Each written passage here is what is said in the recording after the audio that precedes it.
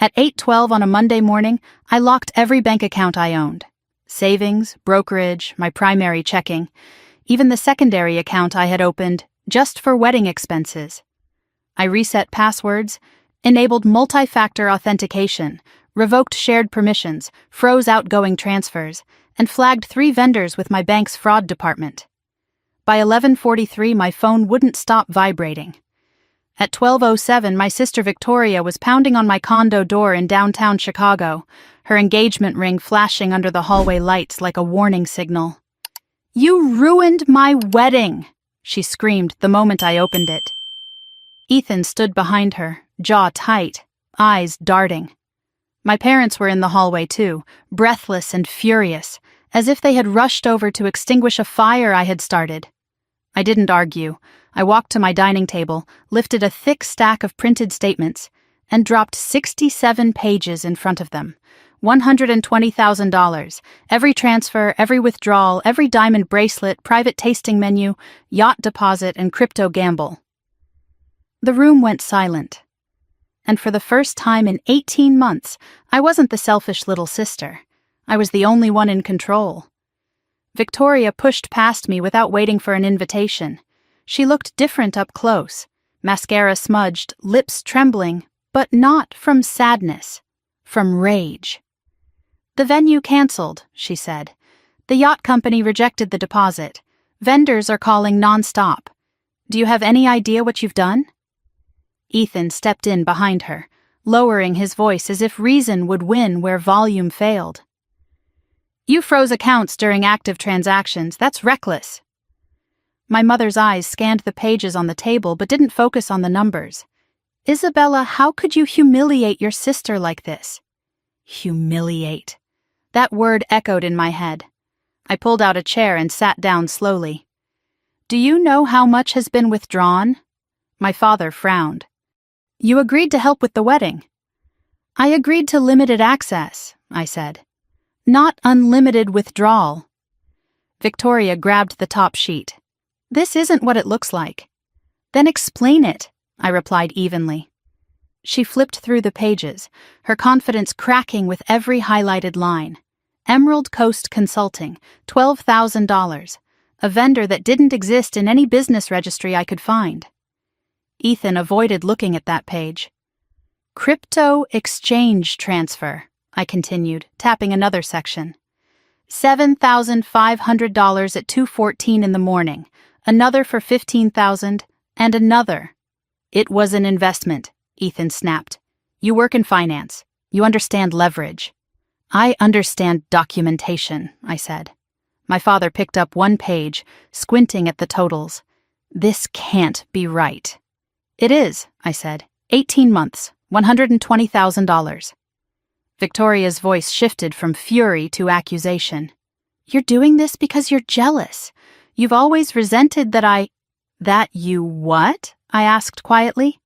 She didn't finish the sentence, because we both knew the rest, that she was the golden child, the one who could make mistakes and still be applauded, the one whose risks were called passion, whose chaos was called creativity. And I was the stable one, the reliable one, the one who could absorb the cost. Ethan finally spoke again. "You're overreacting. We were consolidating expenses. Weddings are complicated." "So are forged signatures," I said. The word landed harder than any number. My mother inhaled sharply. "Forged?" I pulled out another page from a separate folder and placed it beside the statements. Draft power of attorney, my name printed neatly at the top, a signature at the bottom that was not mine. The room felt smaller. Victoria's face drained of color. "That was precautionary. You've been stressed. We were just preparing in case I became unstable," I finished for her. Silence. Ethan looked at the floor. My father's hand trembled slightly over the paper. For a moment, no one spoke. The Chicago skyline shimmered through my windows behind them, bright and indifferent. "You were going to petition for temporary financial oversight," I said. "You discussed psychiatric evaluation in emails. You drafted co-ownership applications for my condo." My mother shook her head as if she could physically deny the words away. This is family. You don't take family to court. I didn't, I said. You brought court into my home the day you forged my name. Victoria's eyes filled with tears. You locked everything without warning. The yacht company called me screaming. Do you know how humiliating that is? I let that question hang. Do you know how humiliating it is to find a draft guardianship petition with your name on it? Do you know how humiliating it is to be introduced as the financial backbone of a wedding you never agreed to fund? Do you know how humiliating it is to sleep in your own guest room while your master bedroom becomes someone else's bridal suite? I locked my accounts, I said calmly. Because I am the primary owner, you had secondary access. That access is revoked, permanently. Ethan's jaw tightened. You can't prove intent. I met his eyes. I don't need intent. I have documentation. Victoria slammed the papers back onto the table. So what now? You're going to sue your own sister? Yes, I said. The word surprised even me with how steady it sounded. You have 30 days to repay the full amount, I continued. If not, I file civil litigation for financial fraud and identity misrepresentation. My father stared at me as if I had crossed some invisible line. You're choosing money over blood. No, I replied quietly. I'm choosing truth over manipulation. The argument fractured after that. Victoria shouted. My mother cried. Ethan muttered about lawyers and escalation. My father repeated words like extreme and unnecessary, but the power dynamic had shifted. They weren't debating whether the money had been taken. They were debating whether I had the right to stop it. Eventually, Victoria stormed out first. Ethan followed, shooting me a look that was more calculation than anger. My parents lingered in the doorway. My mother whispered, "You're breaking this family apart." I held the door open. It was already breaking, I said. When the door finally closed, the silence inside my condo felt different. Not empty, controlled. I walked back to the table and ran my hand over the 67 pages. Venue deposit, $5,000. That was the first transfer, 18 months ago. At the time, it had felt small, temporary, sisterly. 3 months, that was the deal. They had needed a place to stay before the wedding, a short bridge between leases, a supportive gesture. I had just sold my startup equity stake. I had built my first serious investment portfolio. I was saving for a townhouse before I turned 33. I had space. I had stability. I had said yes, because that's what good sisters do. I didn't know that yes would turn into shared account access. That shared access would turn into quiet transfers. That quiet transfers would turn into crypto losses, luxury rentals, and legal drafts with my forged signature. I picked up the top page again. $5,000. That was the first crack. Back then I hadn't seen it as betrayal. I had seen it as family. And that was my first mistake. 18 months earlier, the wire transfer hit my account on a Thursday afternoon. I was sitting at my desk in my condo, still in work clothes, when the notification popped up on my phone. The sale of my startup equity had finally closed. The number looked surreal for a second. More zeros than I'd ever seen attached to my name. It wasn't generational wealth. It wasn't private jet money. But it was enough. Enough to build a real investment fund. Enough to create a 6-month emergency reserve without anxiety. Enough to finally start looking seriously at townhouses in Evanston instead of just bookmarking them. For the first time at 32, I felt stable. Not lucky. Stable. I poured a glass of wine that night and sat on my balcony overlooking the Chicago skyline. The city lights flickered in the distance, and I felt something I hadn't felt in years. Control. My finances were clean. My accounts were organized. Every dollar had a purpose. That weekend, Victoria called. She didn't waste time with small talk. "We're engaged," she said, breathless and triumphant. I smiled despite myself. "Congratulations," Ethan came on the line seconds later, his voice smooth and confident. "We're thinking Napa, vineyard ceremony, something elegant." Napa. I did the math in my head automatically. Venue, catering, travel, Accommodations, designer gown, destination honeymoon. Elegant was expensive. A week later, we celebrated at a high-end steakhouse in River North. Victoria glowed across the table, diamond catching every reflection of candlelight. Ethan charmed the waiter, charmed my parents, charmed the entire room. He talked about entrepreneurial ventures, without ever specifying what those ventures were. He talked about timing, about market cycles, about opportunity. My father nodded approvingly. My mother squeezed Victoria's hand like she had just won something. I asked one practical question. "What's the budget?" Victoria waved it off. "It'll work itself out." Ethan grinned. "We're building a life. You can't nickel and dime vision." Nickel and dime vision. I sipped my wine and said nothing. 2 weeks later, Victoria called me again. This time she was crying. "Our lease is ending sooner than we thought," she said. "The landlord sold the building. We just need a place for a little while, 3 months max, until after the wedding." 3 months. It sounded reasonable, temporary, structured. Ethan chimed in from the background. "It would really help us stabilize. We don't want to rush into another lease before the wedding." That word again. Stabilize. My parents called that evening. "You have space," my father said. "It's just practical." "Family supports family," my mother added gently. "You've done so well. Now it's your sister's turn." I stood in my kitchen, staring at the marble countertop I had chosen myself, paid for myself. I valued my routines, my privacy, my order. But 3 months wasn't forever. "Okay," I said. 3 months! Victoria screamed in relief. "You're the best!" I didn't correct her.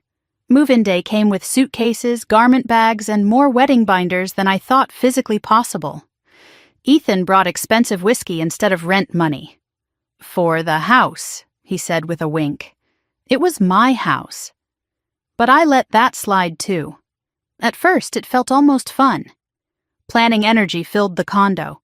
Fabric samples draped over chairs. Venue photos spread across my dining table. Victoria stood in my living room describing floral arches and string quartets. Ethan paced with his phone, negotiating with vendors. I tried to treat it like background noise. Then came the first ask. "We're just short on the venue deposit," Victoria said one evening, sitting across from me at the kitchen island. "$5,000. We'll pay it back after the wedding gifts come in." 5,000 was manageable. Temporary. I transferred it from a secondary checking account I rarely used. Victoria hugged me like I had saved her life. A few days later, she approached me again, tone casual. "To make things easier," she said, "why don't we create shared access to a wedding expense account, just so we can track everything transparently?" The word transparently disarmed me. I opened a sub-account under my primary bank profile. I gave her secondary access with capped transaction limits. I explained the restrictions clearly. "This is temporary," I said. "Of course," she replied. That night, I received 2 small notifications, charges under $100 each. Vendor verification, Ethan explained when I mentioned it. They test the link before charging the full amount. It made sense. On paper, weeks passed. Wine tasting event for 20 guests, designer gown alteration deposit, luxury SUV rental for site visits. The numbers began climbing faster than I expected.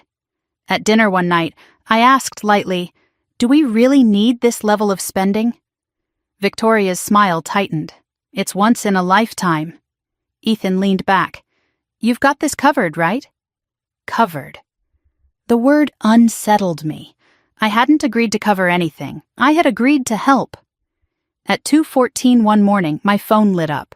Crypto exchange transfer, $7,500. I walked into the kitchen, heart pounding. Ethan sat at the counter with his laptop open. He didn't look startled to see me. "It's arbitrage," he said calmly. "Short-term opportunity. We'll flip it before the wedding." "You used the wedding account," I said. "It's all connected," he replied. The next day, I requested vendor invoices and real-time access to the crypto account. Victoria reacted immediately. "Do you think we're stealing from you?" The word stealing had never left my mouth, but it was clearly in hers. My mother called that evening. "You're making your sister feel humiliated," she said. Humiliated. The pattern was subtle, but it was there. Concern for her, correction for me. By the third month, there was no conversation about moving out. When I mentioned it gently, Victoria's eyes filled with hurt. "You don't want us here?" That wasn't what I had said, but it was what she needed to hear. 3 months became 4. 4 became 6. My master bedroom turned into her bridal planning suite. Dresses hung in my closet. My shoes were boxed and stacked in the guest room. Wedding invitations listed my condo address under their names.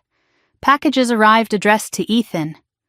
One Sunday afternoon, I sat at my desk and exported the transaction history for the sub-account. I expected to see maybe 25,000 total. The number stared back at me. 28,000. In 6 months, more than double what I had mentally estimated. And several transfers routed through third-party processors instead of direct vendors. I searched one vendor listed as Emerald Coast Consulting. No business registration, no website, no LinkedIn presence. When I asked Ethan about it, he shrugged. "Private contractor," Victoria snapped. "Why are you auditing your own sister?" Auditing. Another word I hadn't used. That night, as I lay in the guest room that used to be my office, I replayed every conversation. "You're overthinking. You're stressed. You don't understand the emotional side. If I started doubting my clarity, they gained leverage. If they gained leverage, they gained control." I checked the account again before sleeping.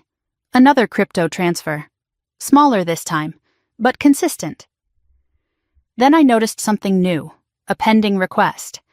An external account linked for future transactions. The name attached wasn't Victoria's, it was Ethan's. I stared at the screen for a long time. This was supposed to be 3 months, a favor, a gesture. Instead, my home had become a staging ground. My account had become a pipeline. And I was no longer sure whether I was helping my sister plan a wedding or financing something I didn't fully understand. I closed my laptop slowly. For the first time, generosity didn't feel noble. It felt dangerous. By month 4, the shared sub-account no longer felt temporary. Victoria stopped calling it your account and started calling it the wedding account. The shift in language was small, almost invisible, but it carried weight. Ethan no longer asked before logging in. He didn't even pretend to hesitate. I would walk past the kitchen island and see my bank dashboard open on his laptop like it belonged there. I told myself I had set transaction caps. I had built safeguards. I understood risk. I also understood exhaustion. Work at the firm had intensified. I was leading a complex risk analysis for a client restructuring a major portfolio. Long nights blurred into early mornings. When I came home, the condo was loud with music, wedding talk, and champagne corks. It was easier to ignore small discomforts than start a fight. The expenses began shifting. Wine tasting event for 20 guests, upgraded to a private vineyard experience. Diamond bracelet labeled bridal accessory. Luxury SUV rental extended another week for venue scouting. I scanned the line items while reheating leftovers at midnight. This wasn't the original budget Victoria had shown me. At dinner one evening, I tried again. "Do we really need the private tasting?" I asked carefully. The standard package looked fine. Victoria didn't even look up from her phone. "It's once in a lifetime." Ethan leaned back in his chair. "You're not worried, right? You've got this covered." That phrase again. Covered. I didn't respond. I made a mental note instead. 2:14 in the morning. My phone lit up again. Crypto exchange transfer. $7,500. The glow of the notification reflected off my ceiling in the dark. I sat up slowly, heart pounding. I walked into the kitchen. Ethan was there, laptop open, screen filled with green and red graphs. He didn't flinch when he saw me. "It's a short-term arbitrage opportunity," he said before I asked. "We'll make it back before the wedding." You used the wedding account, I replied. It's fluid capital, he said calmly. We're building momentum. I stood there in silence, staring at numbers I didn't authorize. The next morning I requested vendor invoices and full access to the crypto exchange account. Victoria reacted instantly. Why are you acting like we're criminals? She asked, voice rising. I'm asking for transparency, I said. You think we're stealing from you? I never said that word, but she did. My mother called that night. Victoria feels humiliated, she told me. She said you're interrogating her. Interrogating. Another word I hadn't used. The narrative was shifting subtly. Concern for her. Correction for me. Weeks passed. Wedding planners visited the condo regularly. I was introduced as the financial brain behind this operation. They laughed when Victoria said it. I didn't. At 6 months, I stopped correcting people when they referred to the condo as Victoria and Ethan's place. It was easier than explaining. One Sunday afternoon, I opened my laptop and exported the transaction history from the sub-account. I expected maybe 30,000. The total surprised me. 48,000, almost half my intended down payment fund. I scrolled through the details carefully. Several transfers routed through third-party processors. 2 charges labeled Emerald Coast Consulting, $8,200. I searched the business registry. Nothing. I searched LinkedIn. Nothing. I typed the name into 3 different databases. No results. When I asked Ethan about it that evening, he shrugged. Private contractor, destination coordination. Victoria rolled her eyes. You don't need to audit every detail. Audit. There it was again. The language framed me as rigid, suspicious, cold. I went to bed unsettled. At 2 a.m, I checked the account again. Another crypto transfer, smaller, but consistent. I began documenting everything, screenshots, timestamps, exported CSV files. I didn't accuse, I observed. One afternoon I came home early from work. The master bedroom door was open. My closet half emptied.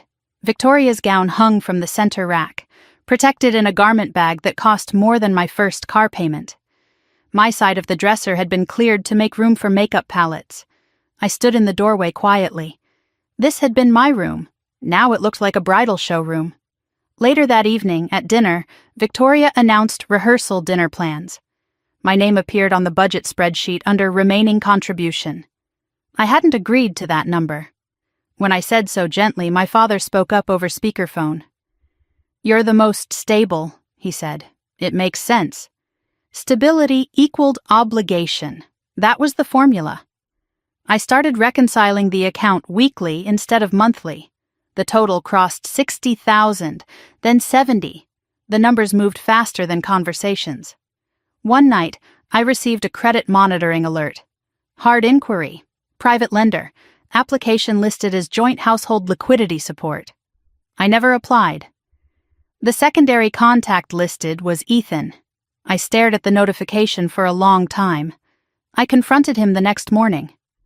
It was exploratory, he said lightly. Nothing binding. Did you list this condo as joint property? Well, technically we all live here. Technically, Victoria chimed in. You've been so stressed lately. You're overreacting. Overreacting. Stressed. Unstable. The words were starting to repeat. At a family dinner with relatives visiting from out of state, Victoria laughed about how I forgot to eat when I was busy. Ethan added that I isolated myself too much. Concern flickered across faces at the table. Concern replaces admiration quickly when seated correctly. Late that night, I logged in again. Total withdrawals had reached nearly $80,000. And then I saw something else. Professional evaluation services. $4,200. Vendor category, medical consulting. I stared at the screen. Medical consulting? There had been no appointments, no visits. Another line item. Legal document preparation. $2,100. My stomach tightened. I replayed conversations in my head, comments about stress, comments about burnout, Jokes about high achievers cracking. It felt less like teasing, more like groundwork. The next morning I left for work early. Halfway to the elevator, I realized I had forgotten my laptop charger. I turned back quietly. As I approached the door, I heard voices from inside. Victoria's voice, low. He doesn't think she'll fight it. Pause. She hates conflict. Ethan responded, too quiet for full clarity. Victoria continued, once it's signed, she won't even know what she agreed to. I didn't open the door. I didn't confront them. I stepped back into the hallway instead, because now something felt different. This wasn't just spending. It wasn't even just deception. It sounded like planning. I returned to the office that day and pulled the transaction logs again, $83,000. Then I noticed something new, a pending external account link, registered under Ethan's name, waiting for authorization from the primary holder. Me. They had hit the cap. They were trying to expand access. That was the moment generosity stopped feeling like a virtue. It felt like a vulnerability. That night, I lay awake in the guest room that used to be my office. I listened to Victoria laughing softly in what had been my bedroom. I listened to Ethan pacing on the balcony, voice low and controlled. I thought about the words I had overheard. She won't fight it. She hates conflict. They had mistaken my calm for weakness, my discipline for passivity, my generosity for endless supply. I closed my eyes, and for the first time since they moved in, I didn't feel confused. I felt alert. Something was unfolding inside my own home, and I was done being the last one to see it. The morning after, I overheard Victoria whispering that I wouldn't fight it. I made coffee like nothing had changed. I moved through the kitchen calmly, methodically, as if I hadn't heard every word through the hallway the night before. Victoria floated in wearing silk pajamas, scrolling through floral mock-ups on her phone. Ethan followed, already dressed, already alert. "You're up early," Victoria said lightly. "Work," I replied. "Normal." That was the strategy. If they believed I suspected something, they would accelerate. If they believed I remained unaware, they would continue. And continuation meant evidence. At my desk later that morning, I reopened every transaction log from the past 9 months. I cross-referenced dates, crypto transfers aligned with vendor shortfalls. Legal document preparation charges appeared shortly after major losses. The medical consulting fee had occurred the same week Victoria began joking publicly about my stress levels. It wasn't random, it was layered. At lunch, I stepped outside my office building and called the law firm listed on the draft power of attorney document. I didn't identify myself at first. "I'm inquiring about temporary guardianship filings," I said neutrally. The receptionist confirmed they handled such matters. I asked whether a preliminary inquiry had been initiated under my name. There was a pause. "I can't disclose client information," she said carefully. But the hesitation was enough. Something existed. That evening, the performance continued. Victoria approached me while I was reviewing spreadsheets at the dining table. "You've seemed distant," she said gently. "You've been working too hard." Ethan leaned against the counter. "Burnout is common in finance. Maybe you should take time off." I watched them both. Concern on the surface. Assessment underneath.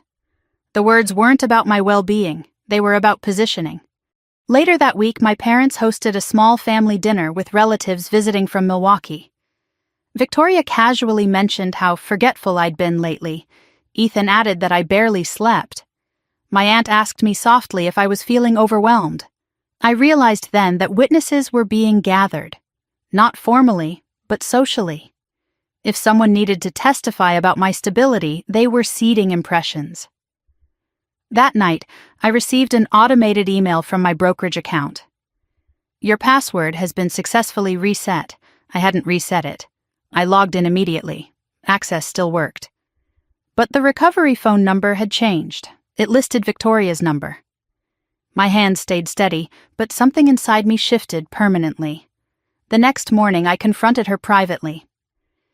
There was a password reset on my brokerage account, I said calmly. Your number is listed as recovery. She blinked twice. That must be a glitch. Ethan chimed in from behind her. Maybe you clicked something by accident. The tone was almost patronizing, as if explaining a minor tech issue to someone less competent. I looked directly at Victoria. Did you access my brokerage account? She smiled thinly. Why would I? Why would she? The question lingered in the air like smoke. By month 10, the condo no longer felt like my home. Wedding invitations arrived addressed to Victoria and Ethan at my address. Packages piled near the door under both their names. My building concierge greeted Ethan as if he were the primary resident. One afternoon, I returned home early and found my office rearranged.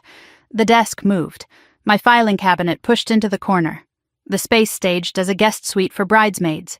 My financial files were stacked carelessly against the wall. I stood in the doorway quietly. No one asked, no one warned.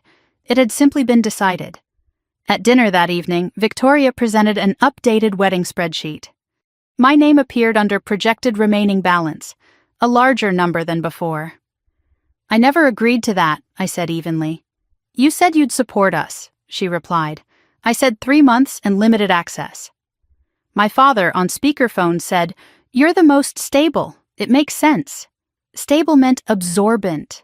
Stable meant endless. Stable meant silent.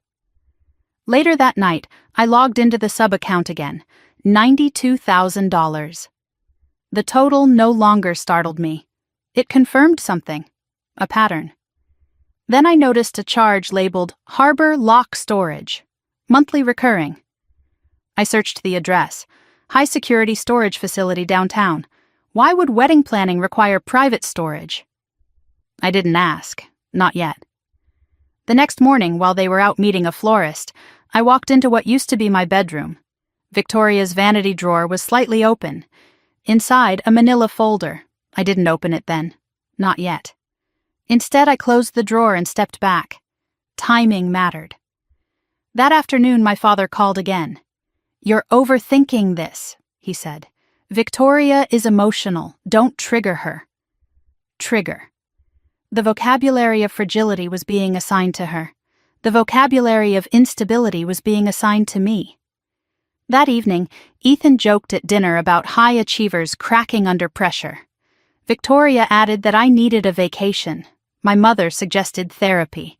The suggestion wasn't cruel, it was strategic. If I agreed, it reinforced their narrative. If I refused, it reinforced their narrative. I excused myself early and went into the guest room. I pulled up state guidelines for temporary guardianship petitions. Requirements included statements from family members, documentation of impaired judgment, professional evaluation. The medical consulting charge echoed in my mind. I opened the sub-account transaction log again. Another transfer attempt, $12,000. Destination, Emerald Coast Consulting, pending. Requiring primary authorization. They had hit the limit. They were pushing boundaries. The next morning, I left for work early. Halfway to the elevator, I remembered my badge. I returned quietly. As I approached the bedroom, I heard Ethan's voice on the balcony. Once everything's consolidated, we won't need her approval anymore. Pause. A low laugh. My chest didn't tighten. It steadied, consolidated. Approval. They weren't planning a wedding. They were planning consolidation. I stepped back into the hallway before they noticed me. I went to work, and for the first time since they moved in, I wasn't confused. I wasn't generous. I wasn't trying to keep peace. I was calculating. They thought I hated conflict. They thought I wouldn't fight. They thought stability meant compliance. They were wrong. That night, I sat alone at my desk and wrote 2 columns on a blank page. What they have. Shared access, family narrative, assumed trust. What I have. Primary ownership, transaction records, draft documents, time. I closed the notebook slowly. The condo was loud again with wedding talk and laughter drifting down the hallway. But something had changed. They believed they were building leverage. They didn't realize they were building evidence. And I was no longer the last person in the room to understand what was happening. I was the only one preparing for what came next. By month 10, I no longer corrected anyone when they referred to the condo as Victoria and Ethan's place. It was easier to let the words slide than to stop and reassert ownership every time. My master bedroom was permanently theirs now. The bridal suite, Victoria called it. My dresses were folded into storage bins in the second bedroom, stacked beside bankers' boxes filled with financial reports I no longer kept in the open. The closet that once held my structured blazers and neatly arranged heels now held a couture gown wrapped in white silk. I told myself it was temporary. Temporary had stopped meaning anything. The social shift happened gradually. Caterer tastings were hosted in my dining room without consulting me about scheduling. Wine vendors dropped off sample crates and addressed Victoria as the homeowner. Bridesmaids came and went, leaving champagne glasses on my coffee table and makeup palettes on my bathroom counter. One afternoon during brunch, Victoria introduced me to her friends as the financial backbone of this wedding. They laughed. I didn't. I had started reconciling transactions weekly instead of monthly. Late at night, after everyone else had gone to sleep, I would sit at the kitchen island with my laptop open, exporting statements and highlighting patterns. Charges were no longer isolated spikes. They were rhythms, large vendor deposits followed by crypto transfers within hours. Luxury travel holds followed by third-party processing fees. The numbers were accelerating. 80,000, 87, 91. My down payment fund was shrinking in ways I hadn't explicitly agreed to. One Tuesday afternoon, I received a credit monitoring alert. Hard inquiry. Private lender. Application listed as joint household liquidity support. Joint household. My name was listed as primary applicant. Ethan's name appeared as co-resident. I stared at the screen for a long time. I had not signed anything. That evening, I confronted him directly. "There's a credit inquiry in my name," I said, keeping my voice level. He didn't look alarmed. "It was exploratory," he replied. "Just testing financing options." "You listed this condo as joint property." "Well, technically we all live here." "Technically?" Victoria stepped in before I could respond further. "You've been so defensive lately," she said softly. "It's not healthy." Defensive. The word settled into the pattern with the others. Stressed, overreacting, burned out. The vocabulary was consistent. That night I opened the account again. $98,000. And then I saw a new recurring charge. Harbor Lock Storage. Monthly, high-end secure storage facility downtown. I searched the address. Private climate-controlled units. Document security advertised on the website. Why would wedding decorations require secure document storage? I didn't ask yet. Instead, I saved the invoice. The emotional erosion became clearer during small moments. One evening, I came home from work early and found Victoria hosting friends in the living room, music playing, champagne open. As I stepped inside, the conversation paused. One of her bridesmaids looked at me and asked, "Isabella, could you grab more ice?" In my own kitchen. I walked to the freezer quietly. No one apologized. No one corrected the assumption. Later that night, I checked the transaction logs again. One line item caught my attention. Professional Evaluation Services. $4,200. Vendor category, Medical Consulting. There had been no doctor visits, no appointments. 2 days later, another charge appeared. Legal document preparation. $2,100. The pieces were aligning too neatly to ignore. The following morning, I left for work early as usual. Halfway to the elevator, I realized I'd forgotten my laptop charger. I turned back. As I approached the condo door, I heard voices inside. Victoria's voice was low. "He doesn't think she'll fight it." Pause. "She hates conflict." Ethan responded in a tone I couldn't fully hear. Victoria continued. "Once it's signed, she won't even know what she agreed to." My pulse slowed. Not quickened. Slowed. I stepped away from the door and took the elevator down without entering. At the office, I closed my door and opened every statement from the last 12 months. The cumulative total crossed $100,000. 103, 107, 111. It wasn't one reckless splurge. It was systematic, structured. I examined the timeline against their conversations about my stress. Each time I questioned spending, the narrative intensified. Each time crypto losses spiked, comments about burnout increased. They weren't just spending money, they were building context. Later that week, I came home unexpectedly in the middle of the afternoon. Victoria and Ethan had stepped out. The condo was silent. For the first time in months, it felt like mine again. I walked into the master bedroom slowly. The vanity drawer was slightly open. Inside sat a manila folder. I hesitated only briefly before pulling it out. Inside were printed drafts. Application to add Victoria as co-owner to the condo. Power of attorney document with my name at the top. Signature line filled in. Not my handwriting. Attached were email exchanges between Victoria, Ethan, and a lawyer named Marcus Feldman. Phrases leapt off the page. Temporary financial oversight, stress-related instability, joint living arrangement justification. If Isabella shows resistance, psychiatric evaluation may support temporary guardianship. Guardianship! The word blurred for a moment before sharpening. This was not about wedding expenses. This was about control. Behind the legal drafts were copies of Harbor Lock storage receipts. Unit registered under Ethan's name. Purpose listed as document security.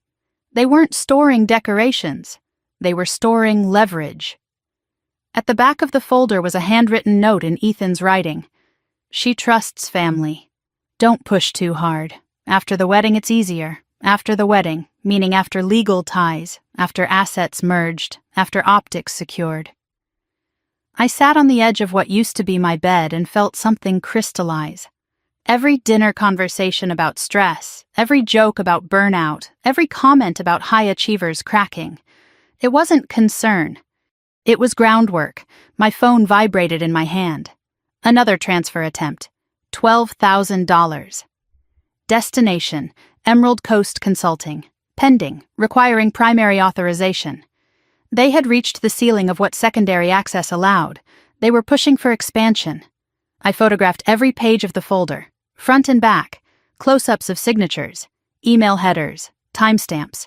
Then I placed everything back exactly as I had found it. Drawer slightly open. Folder angled to the left. I washed my hands in the bathroom sink afterward. Not because they were dirty, because touching those documents felt contaminating. That evening at dinner, Victoria smiled brightly. "You've seemed calmer lately," she said. "I'm glad you're not overthinking things anymore." Ethan watched me carefully.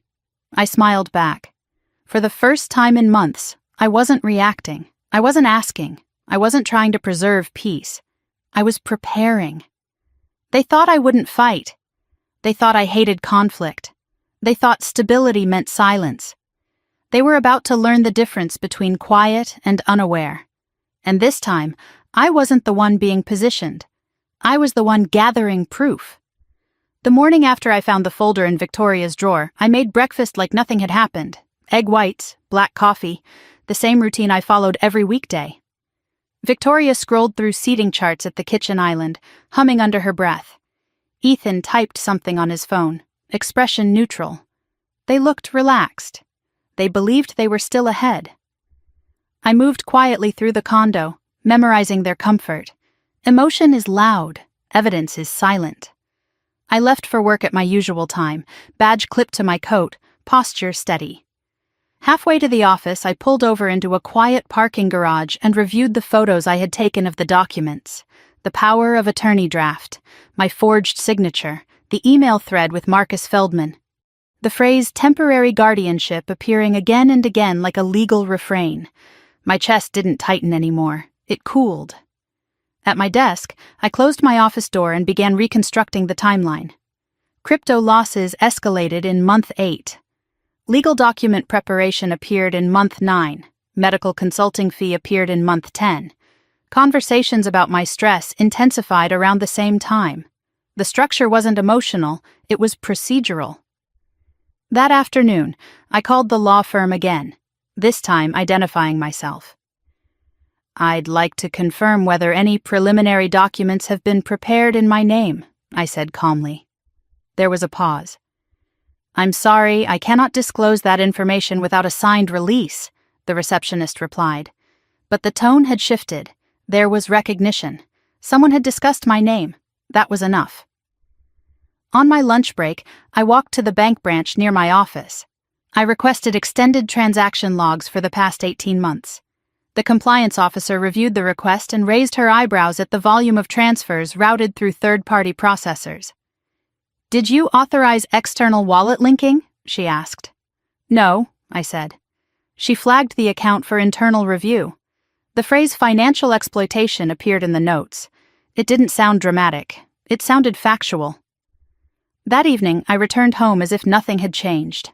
Victoria was excited about a new florist proposal. Ethan poured himself a drink. I set my laptop down on the dining table and opened it deliberately. "Can we talk?" I asked. They both stiffened slightly. "What about?" Victoria said. "About the external account link request." Ethan's jaw tightened. "It was exploratory." "And the power of attorney draft?" I asked quietly. Silence. Victoria blinked rapidly. "That was precautionary." "Precautionary against what?" "You've been overwhelmed," she said. "We just wanted to protect you." "Protect me." "With a forged signature?" I asked. "It wasn't finalized," Ethan said quickly. "But it was drafted," I replied. They exchanged a glance. There it was. The moment the performance cracked. "You're twisting this," Victoria said, voice rising. "We were planning responsibly." "You were planning consolidation," I said. The word hung between us. Consolidation. Ethan looked at me sharply. "You've been paranoid lately," he said. "This is exactly why we were concerned." Concern. The narrative was predictable now. "You discussed psychiatric evaluation in emails," I said evenly. Victoria's face drained of color. "You went through my drawer," she whispered.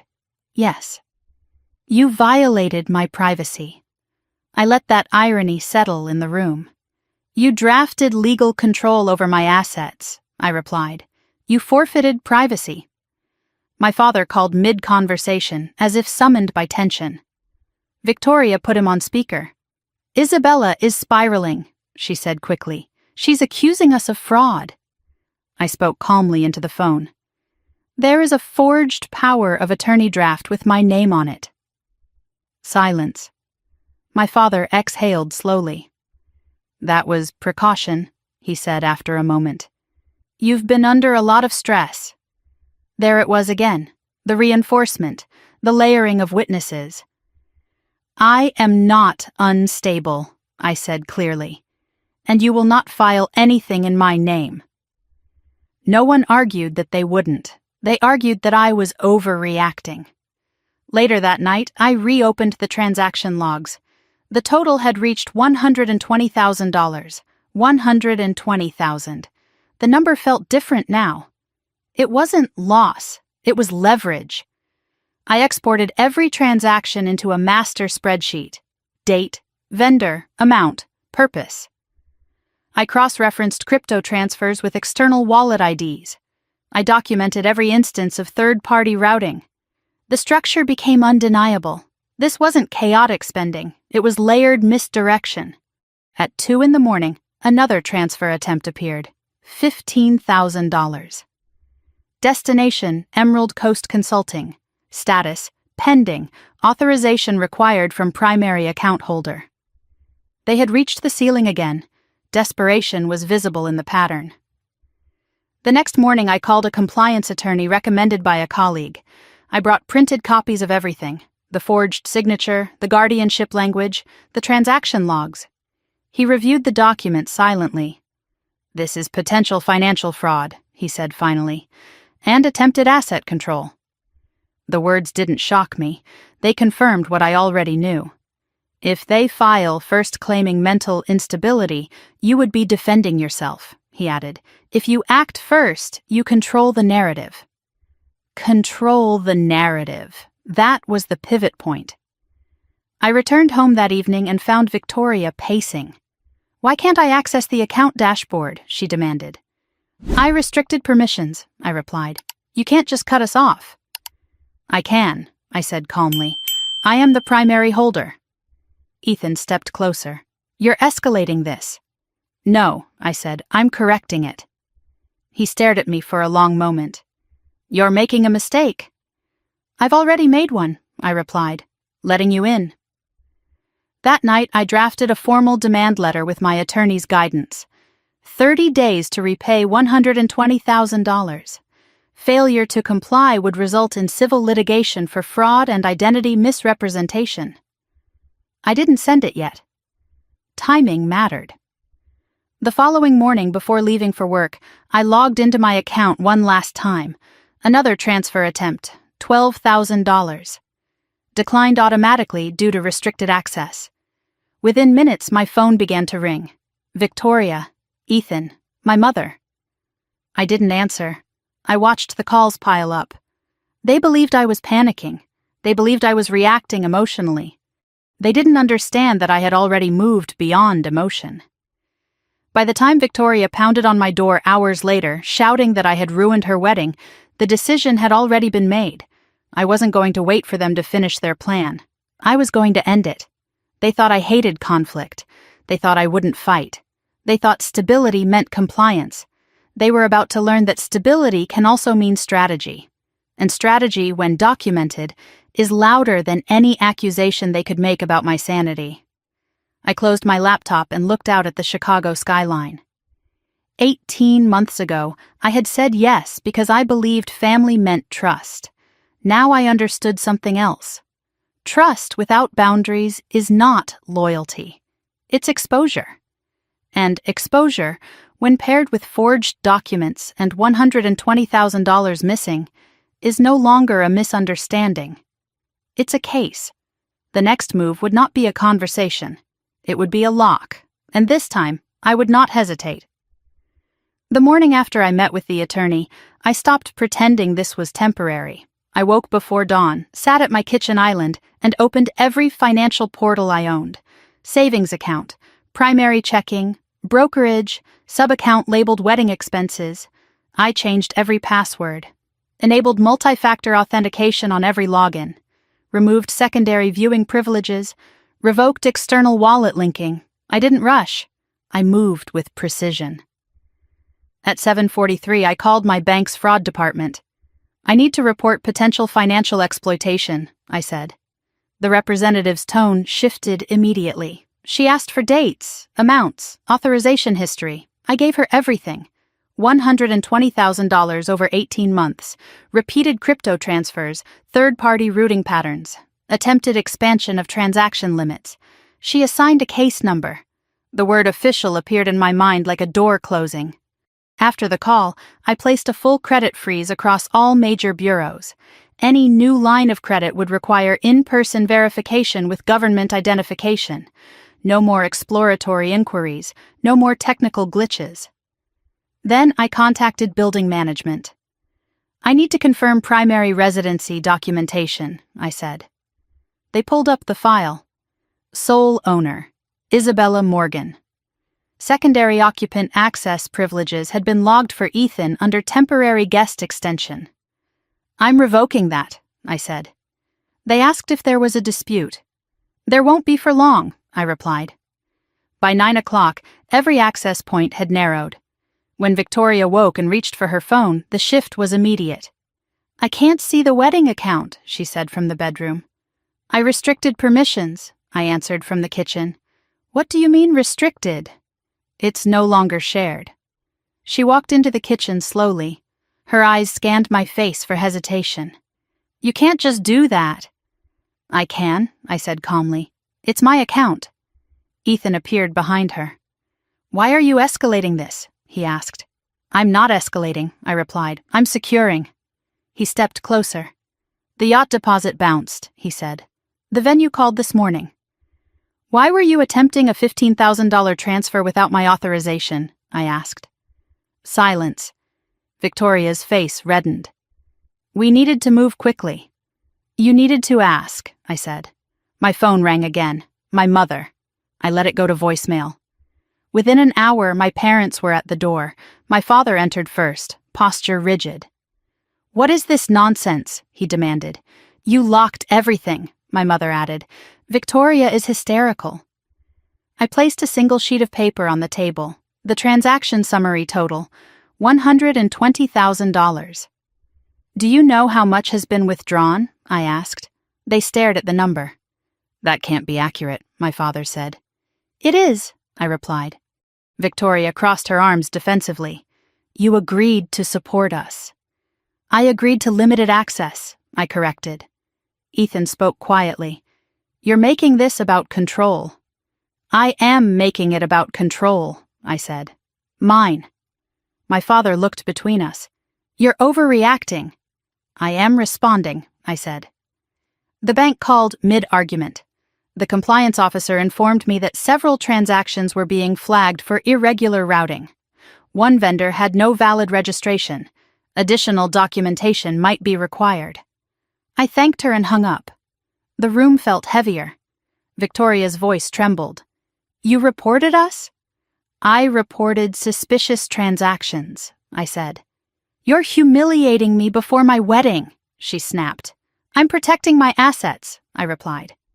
Ethan's tone shifted. You can't prove intent. I don't need to, I said. I have documentation. Later that afternoon, after they left to cool down, I finalized the demand letter with my attorney. 30 days to repay the full amount. Failure to comply would result in civil litigation for financial fraud and identity misrepresentation.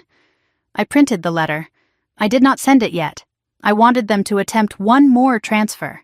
Documentation strengthens when behavior continues. At 5:30 that evening, I logged into the sub-account again.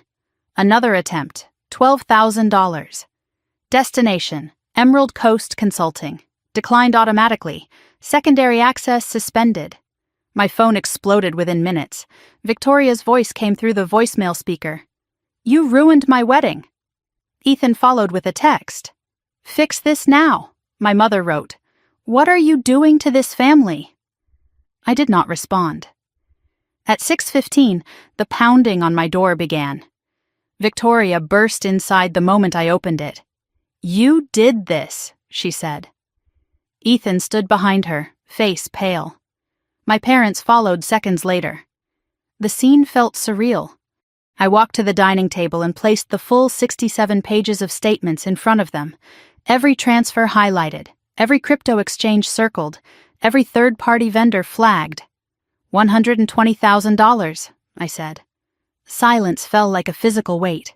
Victoria flipped through the pages rapidly. This isn't what it looks like. Then explain Emerald Coast Consulting, I said. Ethan didn't answer. I flipped to the legal document charges. Explain the power of attorney draft. My father's hand trembled slightly. You were going to petition guardianship, I continued. You discussed psychiatric evaluation. Victoria shook her head rapidly. It was precautionary. Against what? I asked. Against you losing control, Ethan muttered. I held his gaze. I never lost control. That was the difference. I had been generous, not incapable. Victoria's voice broke. You're destroying everything. No, I said quietly, I'm stopping it. My father finally spoke. You're choosing money over blood. I'm choosing boundaries over manipulation. The words surprised even me with their steadiness. I placed the printed demand letter on top of the statements. You have 30 days, I said. Full repayment, or I file. My mother gasped. You'd sue your own sister? Yes. The room felt smaller. Ethan stepped back slightly. Victoria's tears shifted from anger to fear. The narrative had changed. This was no longer a misunderstanding. It was documented. After they left, the condo fell silent. I gathered the papers slowly and placed them in a labeled folder. For the first time in months, I walked into the master bedroom without hesitation. I opened the closet. My side still held only storage bins. But the space felt different. Reclaimed. I sat on the edge of the bed and exhaled. They thought I wouldn't fight. They thought stability meant endless tolerance. They mistook calm for compliance. What they didn't understand was that discipline is not weakness, it is containment. And once containment breaks, it does not explode, it locks. The next move would not be emotional, it would be legal, and this time, I would not ask permission to protect what was mine. I did not sleep the night after they pounded on my door. I lay in the master bedroom, my bedroom again, and stared at the ceiling while the city hummed outside the windows. At 6 a.m, I got up and went straight to my desk. If they believed this was emotional, they were wrong. This was procedural. I opened every account I had ever linked to anything remotely shared. Primary checking, savings, brokerage, retirement portfolio, the sub-account that had once been labeled wedding expenses. I downloaded full transaction histories for the past 18 months, CSV files, PDF statements, raw data exports. I built a master spreadsheet, date, amount, vendor, routing path, authorization method. By 8:30, the total sat in bold at the top of the sheet. $120,000. Not approximate, not exaggerated, exact. Every line item documented. Crypto transfers mapped to wallet IDs, third-party processors flagged. Storage unit payments categorized. Legal preparation fees separated into their own column. The pattern was undeniable. This was not overspending. It was strategic misuse. At 9:15, I called my attorney. "I'm ready," I said. He asked only one question. "Are you prepared for the consequences?" "Yes." We scheduled an in-person meeting for that afternoon. Before leaving, I called the bank's compliance division again. "I need to formally dispute a series of transactions and request an internal fraud review," I said. The representative pulled up my case number. She asked if I believed the transactions were unauthorized. "I believe access was abused," I replied. That phrasing mattered. She placed a temporary hold on the sub-account pending investigation. She also flagged prior login attempts from devices not previously registered to me. When she read the timestamps, I recognized them. 2 a.m, 3:15, weekends when I had been out of town for work conferences. My jaw tightened. At 10:42, I placed a credit alert confirmation into my records folder. At 11, I contacted the 3 major credit bureaus to verify the freeze had processed.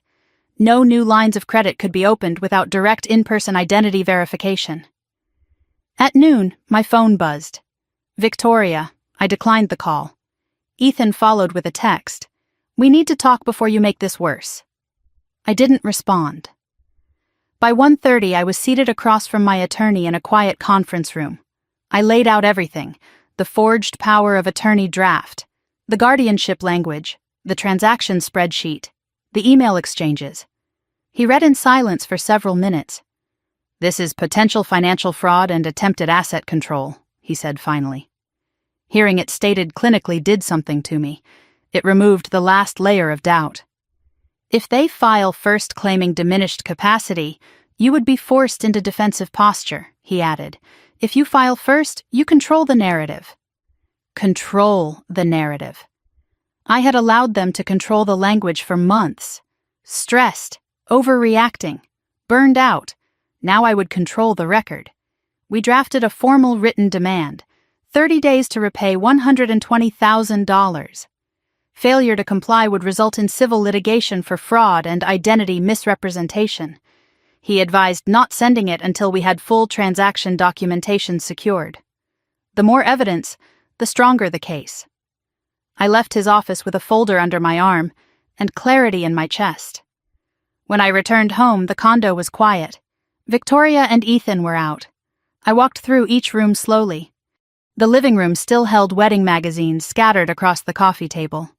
The dining table bore faint impressions from the stack of 67 pages I had slammed down the day before.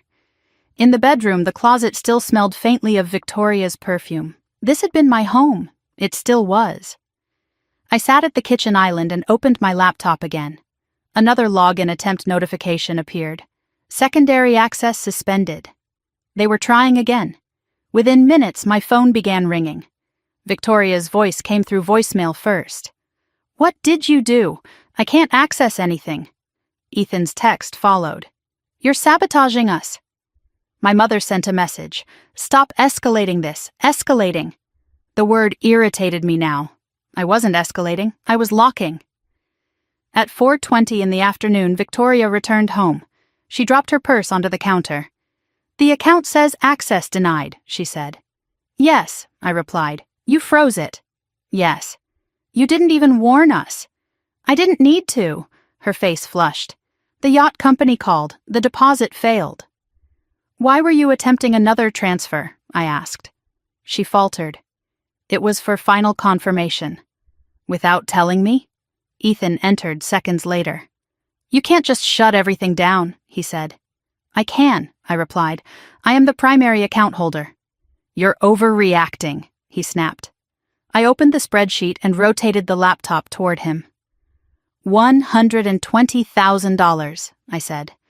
"Explain it." He stared at the screen but didn't answer. Victoria's voice trembled. "You promised to help." "I promised limited access," I corrected. "Weddings are expensive," she said. "Forged documents are illegal," I replied. Silence swallowed the room. Later that evening, I finalized the demand letter and sent it via certified mail and encrypted email. 30 days. No ambiguity, no emotional language. Just facts. By the time the confirmation receipts came through, I felt something settle inside me. They could scream. They could accuse. They could attempt to reframe. But the documentation existed now. Official, structured, filed. At 9 that night, I logged into my accounts one final time. All access secure, all secondary privileges revoked, multi-factor authentication required for every action. I changed one more password. Not because I feared another breach, because I wanted to. Control was not reactive. It was deliberate. Victoria knocked on my bedroom door quietly before midnight. "Are you really going to take this to court?" she asked. "If repayment isn't made, yes." She looked smaller than I remembered. "You're ruining my wedding." I met her eyes. "I didn't ruin it." She left without another word. I lay down and stared at the ceiling again. 18 months earlier, I had said yes because I believed generosity strengthened family. Now I understood something else. Generosity without boundaries invites exploitation. They thought I wouldn't fight. They thought stability meant infinite supply. They mistook calm for compliance. Tomorrow, the real confrontation would begin. Not with shouting, not with accusations, with a case number. And once something becomes a case, it no longer belongs to emotion. It belongs to record. For the first time since they moved in, I felt no confusion, no hesitation, only resolve. The accounts were locked. And this time, so was the narrative. The certified mail receipt confirmed delivery at 10:17 in the morning. I watched the notification appear on my phone while sitting in my office conference room, sunlight cutting across the polished table in sharp lines. 30 days had officially begun.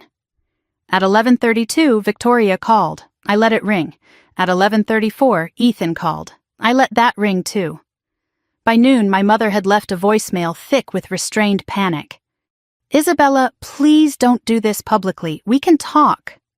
Publicly, as if the existence of documentation were the embarrassment, not the behavior. At 1:15, an email arrived from an unfamiliar address.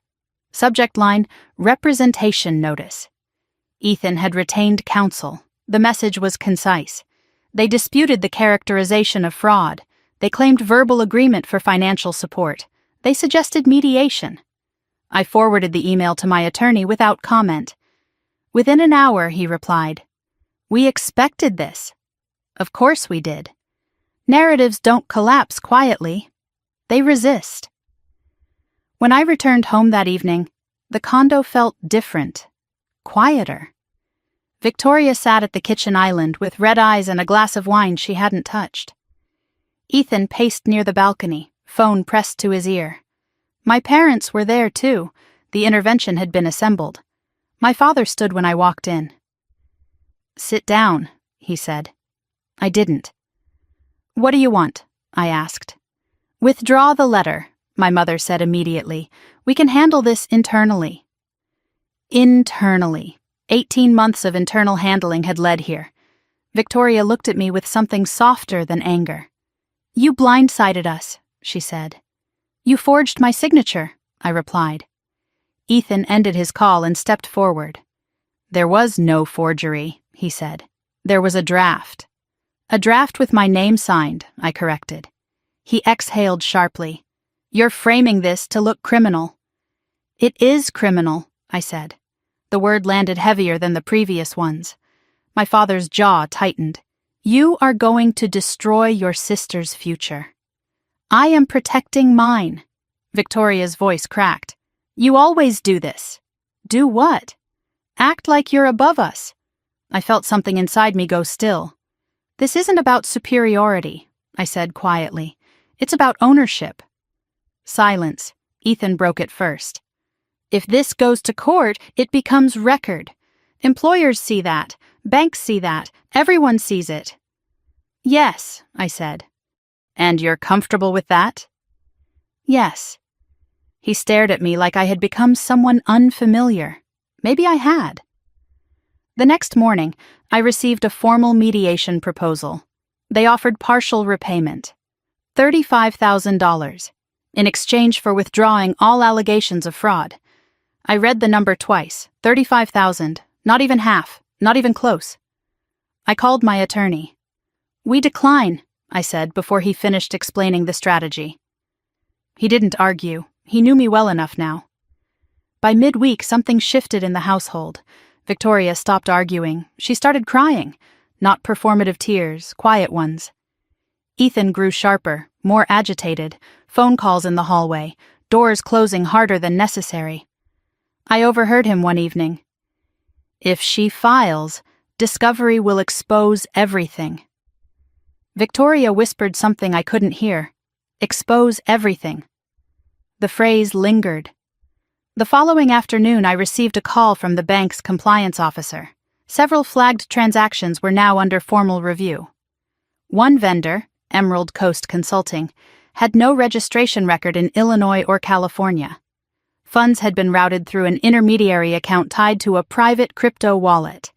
The wallet ID matched one connected to Ethan's device logins. I thanked her calmly. After hanging up, I sat very still. Evidence was no longer circumstantial. It was technical. That evening, I placed a printed summary of the bank's findings on the dining table. Victoria saw it first. "What is that?" she asked. "Compliance review summary," I said. Ethan read it next. His face paled slightly. "You went to the bank?" he asked. "Yes. You reported me." I reported suspicious transactions. My father arrived an hour later, summoned by panic. He read the summary and went silent. "This is escalating beyond family," he said finally. "It already was," I replied. Victoria's tears came faster now. "I never meant for this to spiral," she whispered. "Spiral." The language shifted again, from control to chaos, from planning to accident. "You discussed guardianship," I reminded her. "That was Ethan's idea," she said quickly. Ethan's head snapped toward her. The fracture widened in real time. "So now you're blaming me?" he demanded. "You said it was protective," she shot back. "It was strategic," he corrected without thinking. The word hung in the air like a confession. Strategic. My father looked at Ethan differently after that. Not like a son-in-law, like a liability. 2 days later, another email arrived from Ethan's attorney. Revised settlement proposal. $70,000. Structured payments. Confidentiality clause. No admission of wrongdoing. Closer. Still incomplete. I declined again. If the amount wasn't whole, the record would be. By the end of the week, the condo felt like a pressure chamber. Victoria barely spoke. Ethan moved with restless energy. My parents oscillated between pleading and silent resentment. Saturday afternoon, Victoria asked if we could talk alone. We sat in the living room where she had once planned her dream wedding. "I didn't think you'd actually file," she admitted. "I will," I said. She looked down at her hands. "He said once we were married, everything would feel stable." He? Not we. The shift was subtle but unmistakable. "Stable doesn't come from control," I said quietly. She didn't respond. That night, my phone buzzed again. This time it wasn't Victoria or Ethan. It was a notification from the court e-filing system. My attorney had submitted the complaint. Case number assigned. Civil action, financial fraud, and identity misrepresentation. I stared at the number for a long time. It looked clinical, neutral, unemotional, exactly what this needed to be. Minutes later, Ethan's voice carried down the hallway. "They filed." Victoria's reply was too soft to hear. Then something slammed. A door. A wall. I wasn't sure, but I knew this much. The story was no longer confined to my dining table. It existed in a system now, structured, documented, trackable. They thought I wouldn't fight. They thought I feared conflict. They thought stability meant silence. They forgot something fundamental. I work in risk analysis, and once risk is quantified, it doesn't intimidate. It informs action. As I turned off the lights that night, the condo no longer felt invaded. It felt transitional. The wedding was unraveling. The narrative was shifting. And for the first time since they moved in, I was not reacting. I was leading. Tomorrow, they would wake up not as victims of my overreaction, but as defendants in a documented case. And that changes everything. The summons was served on a gray Wednesday afternoon. I wasn't home when the process server knocked, but building security called me immediately. "There's a courier asking for Victoria Morgan and Ethan Blake," the concierge said. "Legal documents." "Let them up," I replied. By the time I returned from work, the condo was thick with tension. Victoria sat frozen on the couch, the envelope open on the coffee table in front of her. Ethan stood by the window, jaw clenched, reading the complaint for what must have been the 10th time. My parents were already there. Of course they were. "This is unbelievable," my father said the moment I stepped inside. "No," I replied evenly. "It's documented." Victoria's eyes were swollen. "You actually filed," she whispered. "Yes." Ethan looked at me sharply. "You're alleging fraud." "I am alleging documented financial misuse and identity misrepresentation." "You're destroying us," he snapped. "I am protecting myself." He stepped closer, lowering his voice. "You don't understand what discovery will expose." "I do," I said. "That's the point." Silence followed. For the first time, no one accused me of overreacting. They were reading the language. Count 1, financial fraud. Count 2, identity misrepresentation. Count 3, attempted asset control through forged documentation. The words were clinical, cold, impossible to reframe as sibling misunderstanding. Victoria's hands trembled. "You could have handled this privately," she said. "I tried," I replied. 18 months of quiet tolerance, 9 months of subtle warnings, weeks of escalating access attempts. Privately had not worked. Ethan threw the complaint back onto the table. "You have no proof of intent." I walked to my desk and returned with a printed compliance summary from the bank. Crypto wallet linkage logs, third-party routing patterns, login timestamps from devices registered to Ethan. I placed them beside the complaint. "Intent will be determined," I said.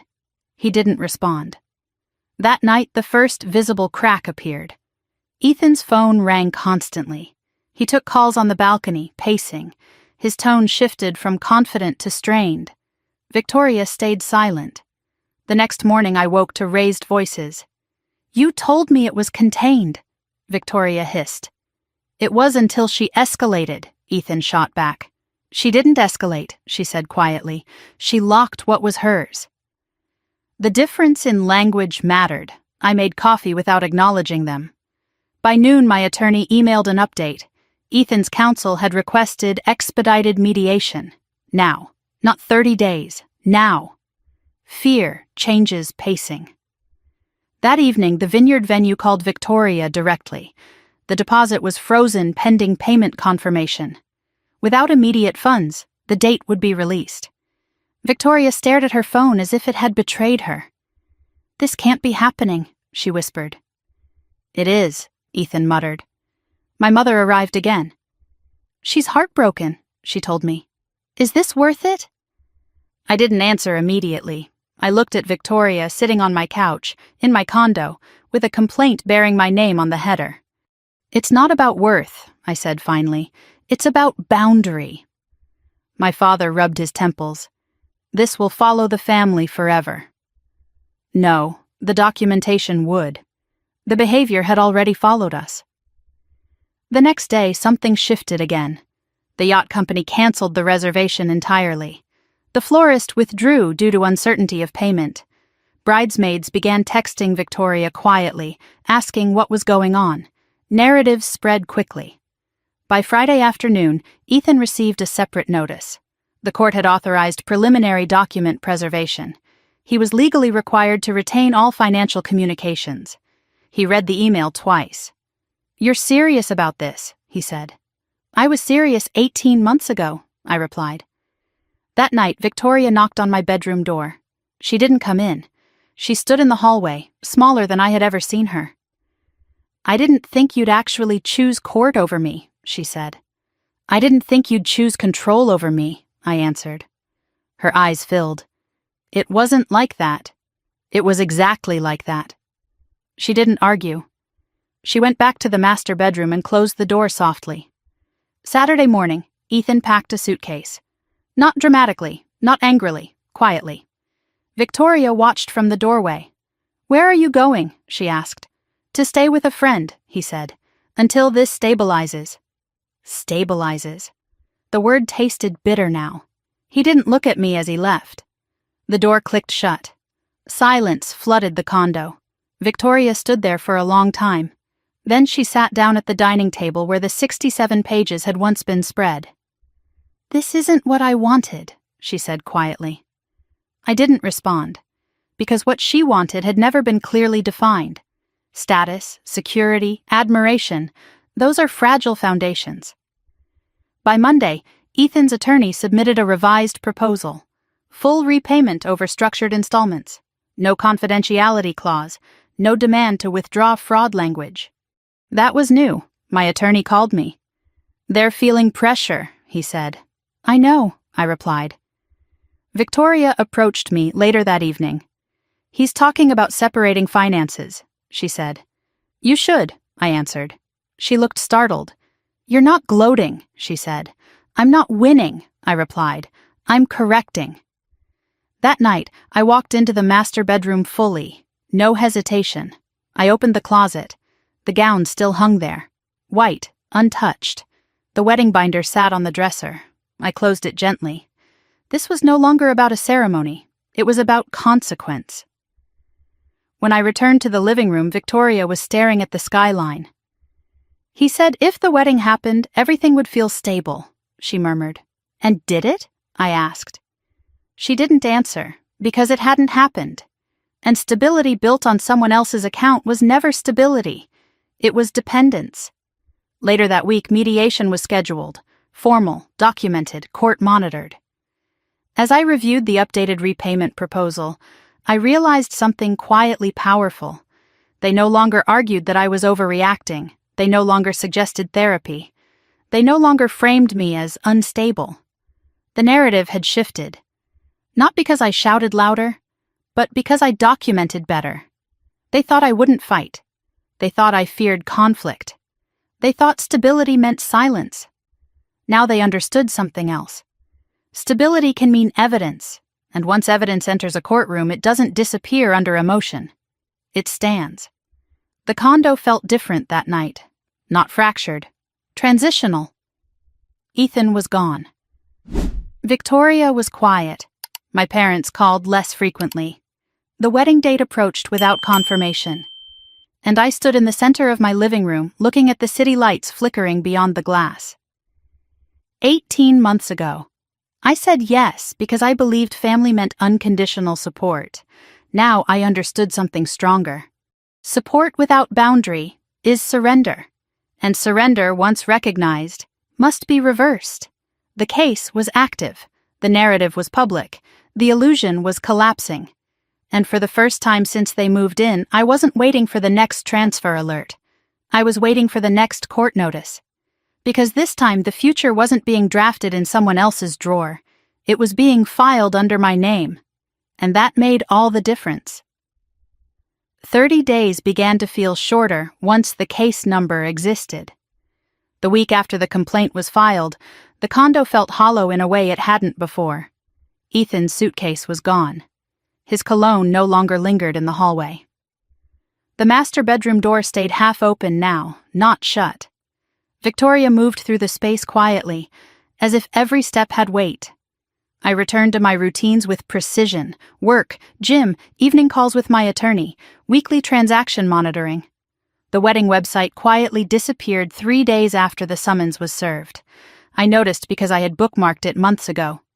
Now the link returned a blank page. At 9 on Monday morning, I reviewed the certified mail confirmation for the demand letter again. Delivered, signed, received. There would be no argument that they hadn't known. By midweek, Ethan's attorney sent a formal response to the complaint. They denied intent. They denied forgery. They asserted verbal agreement for financial contribution. They suggested mediation to avoid irreparable family harm. Family harm. The phrasing felt calculated. I forwarded the response to my attorney. He replied within the hour. They are posturing. Discovery will be uncomfortable for them. Uncomfortable was an understatement. Discovery meant subpoenaed communications, device logs, bank routing trails, storage unit contents. I wasn't afraid of discovery. I had nothing to hide. On Wednesday evening, my parents invited me to dinner at their house in Naperville. I almost declined, but I knew avoidance would be interpreted as guilt. The dining room felt smaller than I remembered. My mother placed roasted chicken on the table as if nothing had shifted. My father had printed copies of the court filing beside his plate. "You've made this public," he said before the food cooled. "I made it formal," I corrected. Victoria sat across from me, eyes rimmed red but steady. My mother reached for her hand. "She's already lost the venue," she said. "The florist. Half the guests know something is wrong." "The vendors lost deposits too," I said. "They deserve payment." "This could have been settled privately," my father repeated. "It wasn't," I said. He stared at the paperwork. "You're calling your sister fraudulent. I'm calling the transactions fraudulent." Silence stretched across the table. My mother finally spoke. "Victoria told us you agreed to support the wedding financially." "She told you," I replied. "Did you ask me?" My father's jaw tightened. "We trusted her." There it was, the hierarchy made visible. Trust had never flowed evenly. "You trusted her," I said quietly. "You expected me to absorb." Victoria looked up sharply. "That's not fair." "Neither was forging my name," I replied. The word forgery hung between us again. My father rubbed his temples. "She was overwhelmed." "Overwhelmed people don't draft guardianship petitions," I said. Victoria's fork clattered against her plate. "That was precaution," she whispered. "Against what?" I asked. My mother's eyes filled. "You've seemed distant for months," she said. "You barely sleep. You work constantly." "So that justifies control?" I asked. No one answered. On Friday morning, my attorney called. Ethan's counsel had requested emergency mediation. "Not next month, next week." "They're concerned about criminal exposure," my attorney said. Criminal. The word shifted the room inside my chest. I hadn't filed criminal charges. But bank compliance reports had language that could trigger referral. The pressure was no longer abstract. That afternoon, I received another call from the bank. The internal review had identified 3 transfers routed through an intermediary account tied to a crypto exchange wallet registered under Ethan's email. The timestamps aligned with his login attempts. I thanked the compliance officer. I asked for written confirmation. By evening, the email arrived. Official, structured, traceable. When I walked into the condo that night, Victoria was sitting at the kitchen island staring at her phone. "He moved out for good," she said quietly. I didn't ask who. I already knew. "He said this isn't survivable," she added. I placed my bag on the counter. "Is it?" I asked. She looked at me, tears welling but controlled. "He said if we had just secured everything before you noticed, none of this would have happened." Secured everything. The phrase confirmed more than she realized. "So he knew," I said. She didn't respond. She didn't need to. Saturday afternoon, I received a voicemail from Ethan directly, not his lawyer, him. "We can fix this," he said. "We can reach an agreement. It doesn't have to destroy anyone." Destroy. The vocabulary always implied I was the aggressor, as if documentation were violence. I did not return the call. Instead, I printed the bank's compliance summary and added it to the case file. By Sunday evening, Victoria packed 2 suitcases, not for a honeymoon, for relocation. She was moving into a smaller apartment in Lincoln Park. My parents helped her carry boxes. I stood in the doorway and watched quietly. "You're happy about this," my mother accused softly. "No," I said. "I'm resolved." Victoria paused before leaving. "Is there any way to stop this?" she asked. "Yes," I said. "Repay what was taken." She hesitated. "It's not all still there." "I know." She left without another word. The condo felt cavernous after the door closed. 18 months of noise evaporated into stillness. I walked through each room slowly.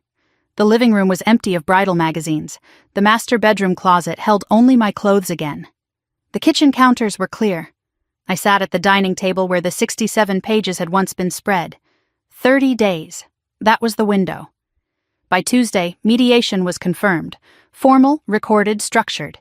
Ethan's counsel sent a revised proposal. $80,000. Structured payments over 2 years. No admission of wrongdoing. Closer. Still incomplete. I called my attorney. "We proceed," I said. "Are you certain?" he asked. "Yes." Because this was no longer about money alone. It was about precedent. On Thursday evening, my father called. "Your sister is in pieces," he said. "She should be," I replied. "That's cruel." "No," I said quietly. "It's consequence." There was a long silence on the other end of the line. "You've changed," he said. "No," I answered. "I've stopped absorbing." When I hung up, I felt no guilt, only clarity. 30 days were moving quickly. The illusion of a wedding had collapsed. The illusion of unlimited access had collapsed with it. They thought I wouldn't fight. They thought I feared conflict. They thought stability meant endless tolerance. Now they were learning something else. Stability can also mean endurance, and endurance, when paired with documentation, does not break under pressure. It waits. The mediation date approached. The case file thickened, and for the first time since this began, I wasn't bracing for impact. I was watching the structure they built collapse under its own weight. 30 days. And this time, I was not the one running out of options. Mediation was scheduled for 9 o'clock on a Thursday morning. I arrived 10 minutes early, folder in hand, posture steady. The conference room was neutral, long table, glass walls, muted carpeting designed to absorb conflict. Ethan was already there with his attorney. He looked thinner, less polished. The confidence he once carried like a tailored suit now hung loosely around him. Victoria arrived a few minutes later with separate counsel. That detail mattered, separate. She didn't sit beside him. She chose a chair across from me. The mediator, a woman in her late 50s with sharp eyes and an even sharper voice, began by outlining the structure. This is a civil dispute regarding alleged financial fraud and identity misrepresentation, she said calmly. We are here to determine whether settlement is possible before litigation proceeds. The words fraud and misrepresentation sat on the table like visible objects. No one flinched. We began with numbers: $120,000, total documented withdrawals over 18 months. Ethan's attorney argued verbal consent. He referenced shared living arrangements. He suggested familial understanding. My attorney slid the transaction spreadsheet across the table, color-coded, time-stamped, highlighted. Consent does not extend to forged signatures, he said quietly. Victoria stared at the table. Ethan shifted in his chair. The mediator turned to him. Were you aware of the draft power of attorney? She asked. It was precautionary, he said. Against what? She asked evenly. He hesitated. Financial instability. The mediator looked at me. Has any court or physician determined financial instability? No, I replied. Victoria's attorney spoke next. My client acknowledges poor judgment but denies malicious intent. Poor judgment, not fraud. The language softened deliberately. My attorney responded without raising his voice. Intent will be evaluated through discovery. We are here to discuss repayment. The room went quiet again. Ethan's attorney proposed $80,000 structured over 24 months. No admission of wrongdoing, mutual non-disparagement, confidentiality. I didn't react immediately. I looked at Victoria. She wouldn't meet my eyes. That does not cover the full amount, my attorney said. Ethan's attorney leaned forward. My client's liquidity is limited. Liquidity was sufficient for yacht deposits, my attorney replied. The mediator raised a hand. Let's focus. We broke into separate caucuses. In my private room, my attorney closed the door and exhaled slowly. They are worried about criminal referral, he said. Bank compliance reports are serious. I nodded. I want full acknowledgement in writing, I said. Not emotional apology, legal acknowledgement. He studied me. You're certain you want the record? Yes. This was not about vengeance. It was about permanence. In the other room, voices rose faintly. I recognized Ethan's tone. Defensive, tight. An hour later, we reconvened.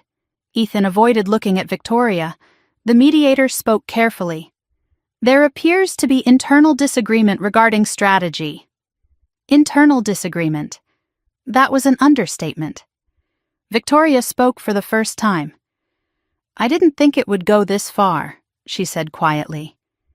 It went far when you signed it, I replied. The mediator redirected. Are you prepared to acknowledge unauthorized access to funds? Ethan's attorney stiffened. My client does not concede fraud. Victoria's attorney looked at her. She swallowed. I authorized transactions beyond agreed limits, she said slowly. I signed documents without Isabella's consent. The air shifted. Ethan looked at her sharply. You're throwing me under the bus? He snapped. I'm telling the truth, she said. That was the first time she had used that phrase. Truth. The mediator leaned forward. Is there a path to structured repayment with acknowledgement of unauthorized access? Silence stretched. Finally, Ethan's attorney spoke. My client will consider structured restitution without admission of criminal liability. Not criminal, but restitution. The language had shifted again. The mediator drafted a framework, full repayment, structured over 3 years, automatic monthly transfers, written acknowledgement of unauthorized financial use, no confidentiality clause preventing factual disclosure. The acknowledgement mattered most. Ethan's face hardened. This will follow me, he said. Yes, I replied quietly, because actions do. Victoria's eyes filled with tears. I was scared, she whispered. Of what? I asked. Of not having enough, she said. Enough status, enough security, enough admiration. Fear had driven her, but fear does not erase consequence. After 5 hours, the outline was drafted, not signed yet, but real. As we stood to leave, Ethan spoke directly to me for the first time that day. "You could have handled this privately," he said. I met his gaze. "You could have asked." He didn't respond. Victoria lingered as the others exited. "I never thought you'd choose court," she said softly. "I never thought you'd choose control," I answered. She looked at me differently then, not as the stable one, not as the financial safety net, but as an equal. The mediator scheduled final review for the following week. If signed, litigation would pause pending compliance. If not, discovery would proceed. On the drive home, Chicago traffic crawled under a gray sky. I didn't feel triumphant. I felt grounded. The condo greeted me with silence. No wedding magazines, no vendor calls, no champagne glasses left on the counter. I walked into the master bedroom and opened the closet. Only my clothes remained. I ran my fingers along the hangers slowly. Control did not feel explosive, it felt steady. Later that evening, my father called. "Victoria says you're negotiating," he said cautiously. "Yes." "Are you willing to let this end?" "It will end when it's repaid." He sighed. "You've become very hard." "No," I said. "I've become clear."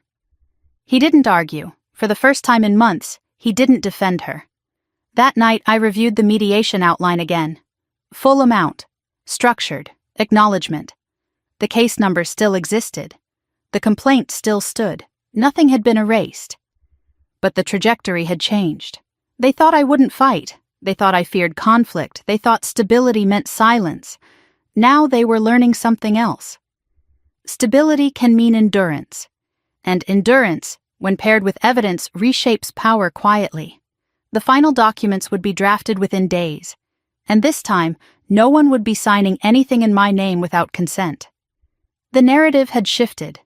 Not because I shouted louder, but because I documented better. And documentation, once formalized, does not disappear. It becomes record. That was what they feared now, not my anger, my record. The storage unit disclosure came through on a rainy Tuesday afternoon. My attorney forwarded the email with a single line. They responded. Attached was a scanned inventory list from Harbor Lock Storage. Unit registered under Ethan Blake. Access logs included dates and times that matched several large withdrawals from my account. I opened the attachment slowly. Box 1, Financial Summaries. Box 2, Draft Legal Documents. Box 3, Digital Backup Drives. Box 4, Printed Email Correspondence. My name appeared repeatedly in the item descriptions. Not casually, organized, categorized, prepared. I felt something cold settle in my chest. This was not chaotic behavior. It was structured. I called my attorney immediately. "They kept physical copies," I said. "Yes," he replied. "That strengthens intent." Intent! The word had hovered abstractly until now. Now it had weight. Later that day, we received scanned images of several of the documents stored in the unit. Draft co-ownership application for my condo, power of attorney draft, guardianship petition outline, email printouts between Ethan and a private legal consultant discussing risk mitigation if primary asset holder becomes resistant. Resistant. That was the language. Not concerned, not protective. Resistant. In one email, Ethan wrote, "Once consolidation occurs post-wedding, exposure decreases. Post-wedding, consolidation, exposure." The words blurred together for a moment before sharpening into clarity. I closed my office door and leaned back in my chair. 18 months of slow erosion, months of subtle reframing, and here it was. Printed, boxed, stored. When I returned home that evening, Victoria was sitting at the dining table. The mediation outline sat in front of her. She looked smaller than she had during the engagement celebration. "You've seen it," she said. "Yes." Her eyes filled. "I didn't know about the storage unit." I studied her.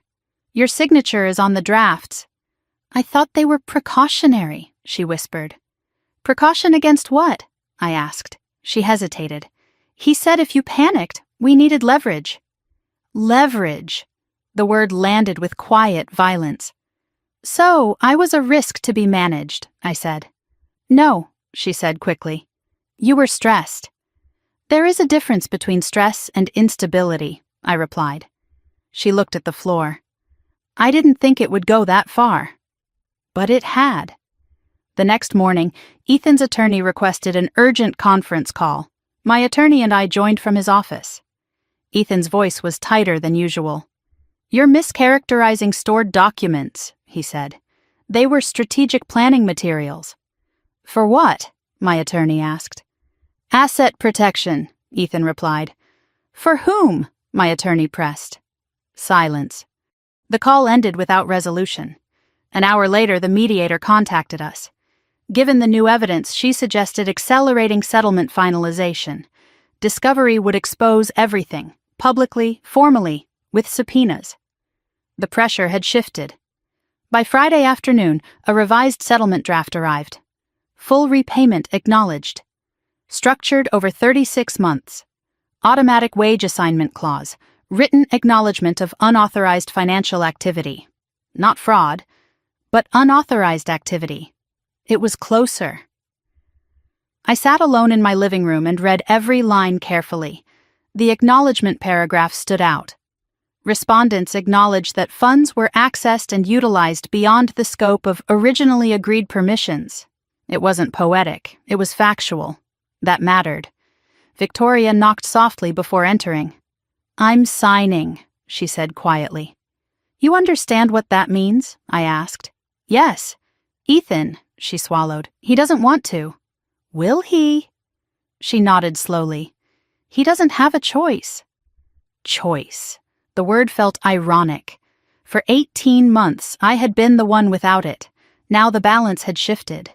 That evening, my parents came over. Not angry this time, worried. My father sat heavily in the armchair. This will follow, Victoria, he said. So will the behavior, I replied. My mother's voice trembled. Is there no way to soften the language? It is already softened, I said. They looked at the acknowledgement paragraph. No admission of criminal fraud, no public statement, just documented unauthorized access. My father exhaled slowly. You're firm, he said. Yes. Not cruel? He added after a moment. No. The difference mattered. Sunday afternoon, final mediation reconvened to execute the agreement. The room felt smaller than before, less combative, more resigned. Ethan signed last. His signature looked hurried. Victoria signed slowly, deliberately. When the final page was notarized, the mediator closed the folder. This resolves the civil dispute pending compliance, she said. Not erased, resolved pending compliance. That nuance stayed with me. As we stood, Ethan spoke quietly. You didn't have to make it this formal. Yes, I said. I did. He didn't argue. Outside the building, rain tapped against the pavement. Victoria paused beside me. I didn't think you'd choose documentation over me, she said. I chose myself, I replied. There was no anger in my voice, only clarity. She nodded slowly. I'm starting to understand that. We walked to our separate cars. When I arrived home, the condo felt different. Not heavy, not tense, transitional. The master bedroom no longer felt occupied by ghosts of bridal planning. The dining table no longer carried stacks of evidence. The documents now existed in a structured legal file. Official, signed, enforceable. That night, I opened my laptop and reviewed the automatic transfer schedule. The first payment would arrive in 30 days. Small compared to the total, but structured, trackable, accountable. I sat in silence for a long time. They thought I wouldn't fight. They thought stability meant silence.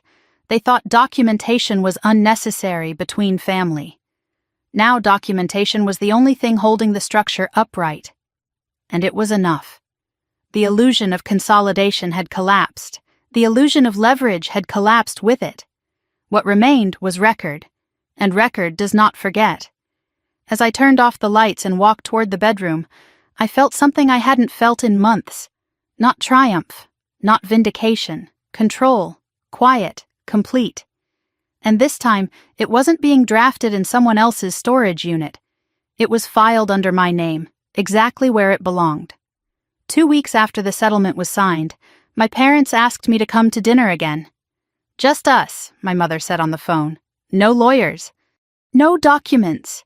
I almost declined, but avoidance had never been my strategy. Their house in Naperville looked the same as it always had. White siding, trimmed hedges. The porch light flickering slightly the way it had since I was in high school. Some things don't change. Others collapse quietly inside. When I walked in, the air felt heavier than the last time. No printed court filings this time. No raised voices. Just silence waiting to be filled. My father gestured toward the dining table. "Sit," he said. I did. Victoria was already there, not glowing, not triumphant, just present. My mother placed salad bowls on the table witut meeting my eyes. We began eating before anyone spoke. Finally, my father cleared his throat. "This has gone further than it ever should have," he said. "It went exactly as far as it was taken," I replied. He looked at me carefully. "You filed a lawsuit against your sister." "Yes." "You involved banks." "Yes." "You forced mediation." "Yes." Each answer landed cleanly. No hesitation, no apology. My mother's voice trembled slightly. "Victoria has been under so much pressure." "From what?" I asked. "The wedding, expectations, Ethan's instability." "None of that justifies forged signatures," I said calmly. Victoria's fork paused mid-air. "I signed it," she said quietly. My father looked at her sharply. "You don't have to keep saying that." "I do," she replied. Silence stretched. This was new. Accountability spoken without prompting. My mother wiped her hands on a napkin. "You've always been stronger," she said, looking at me. The word felt familiar. Stronger, meaning I could handle more. Meaning I could absorb more. Meaning I should have. "I am not stronger," I said. "I just stopped tolerating." My father leaned back in his chair. "You could have handled it privately." I tried. "No, you documented," he corrected. "Yes," I said. There it was. The underlying discomfort.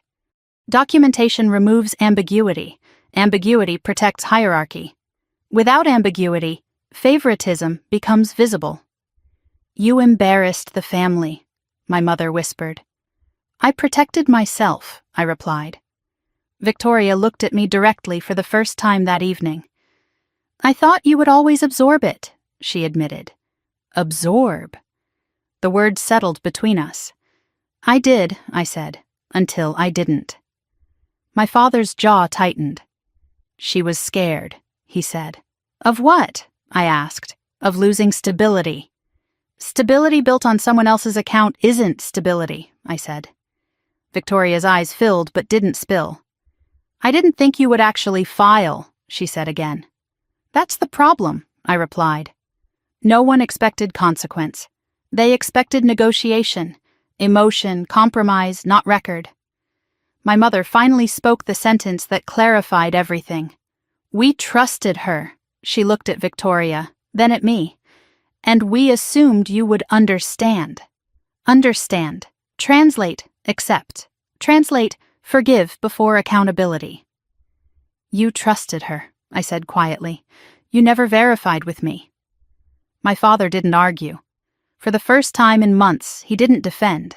He just looked tired. Victoria exhaled slowly. "I told them you agreed," she admitted. "I didn't," I said. "I know that now," she whispered. The shift in tone was subtle, but undeniable. Not justification, recognition. Dinner ended without raised voices, without reconciliation, but without denial. As I stood to leave, my father asked the question he had been holding all night. "Is there any path back from this?" I paused at the doorway. "There was," I said, "before the forged signature." He flinched slightly. The words still carried weight. "I don't hate you," I added quietly, "but I won't erase what happened." Victoria stepped forward. "I don't expect you to," she said. That was new. Expectation had finally changed. On the drive back to Chicago, the highway lights blurred slightly through the windshield. Not from tears, from exhaustion. The house in Naperville would always feel like childhood, but adulthood requires different boundaries. When I walked into my condo, the silence felt earned. No wedding binders, no raised voices, no hidden folders. I sat at the kitchen island and replayed the evening. My parents hadn't apologized, but they had stopped defending. That was movement, small, but real. The next morning I received confirmation that the first structured repayment transfer was scheduled. 30 days, automatic, enforceable. I stared at the notification for a long moment. Not because of the amount, because of the shift. Money was no longer flowing out unmonitored. It was flowing back with documentation attached. Later that week, my mother called again, her voice softer. "Are you okay?" she asked. "Yes." "You don't seem angry." "I'm not." "You seem distant." "I'm clear." There was a long pause. "Your father says you handled this stronger than we did," she said. Stronger. The word returned, but it felt different now, not obligation, recognition. "That's not strength," I replied. "That's boundary." She didn't argue. When I hung up, I felt something subtle loosen. Not reconciliation, but recalibration. They thought I wouldn't fight. They thought stability meant silence. They thought documentation was cruelty. Now they were beginning to understand something else. Stability can mean refusal, and refusal when grounded in evidence is not aggression, it is alignment. That evening I stood in my bedroom and looked around slowly. Everything in its place. No shared drawers, no hidden drafts, no quiet erasure. For 18 months I had mistaken tolerance for love. Now I understood the difference. Love without boundary invites exploitation. Boundary without apology invites respect. The family dynamic had shifted. Not healed, shifted. And sometimes shift is the only honest beginning. I turned off the light and closed the door, not shutting anyone out, just securing what was mine. And this time, no one questioned that right. The first repayment installment was scheduled for the end of the month. It felt strange watching a transfer come toward me instead of away. Not because of the amount, because of what it represented. Acknowledgement. The settlement had paused the civil litigation, but the complaint remained active pending compliance. If payment stopped, the case resumed. Structure. For the first time in nearly 2 years, the structure protected me. 3 days before the first transfer, my attorney called. "There's an issue," he said. I sat down slowly. "What kind of issue?" "Ethan is attempting to separate his liability from Victoria's." Of course he was.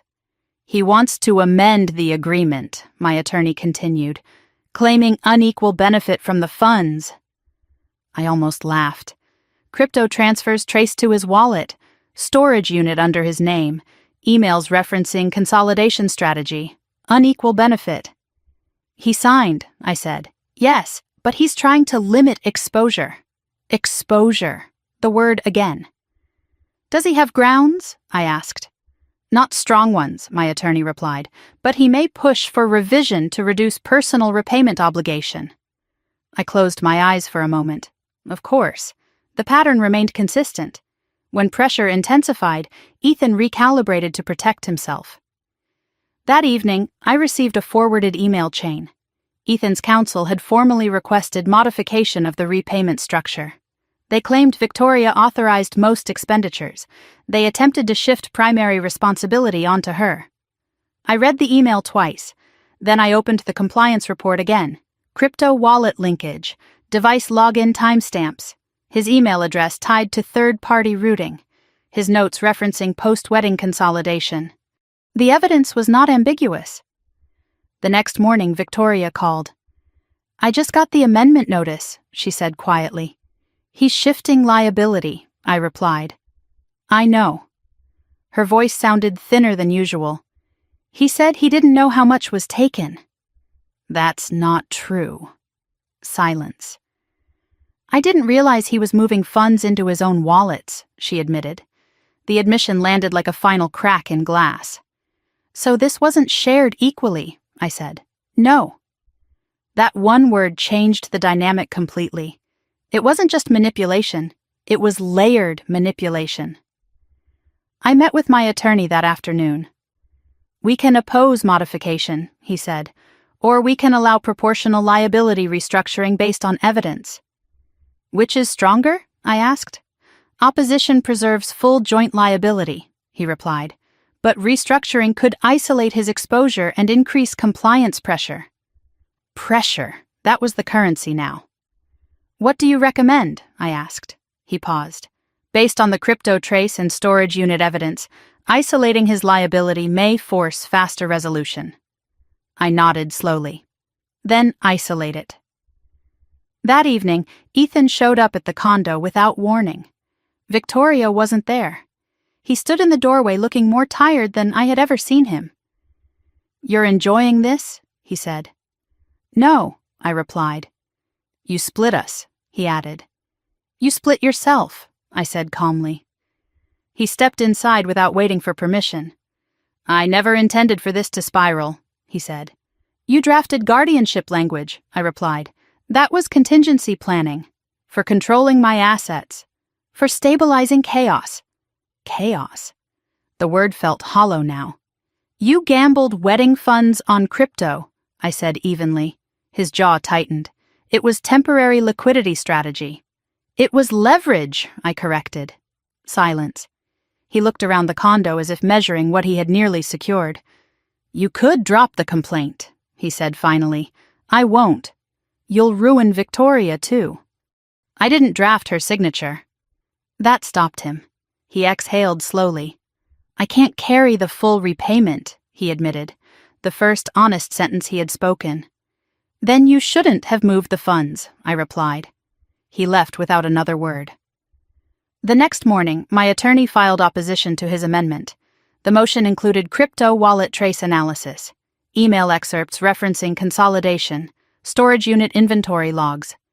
The language was precise, measured, clinical. Ethan's liability would remain documented. By the end of the week, something shifted again.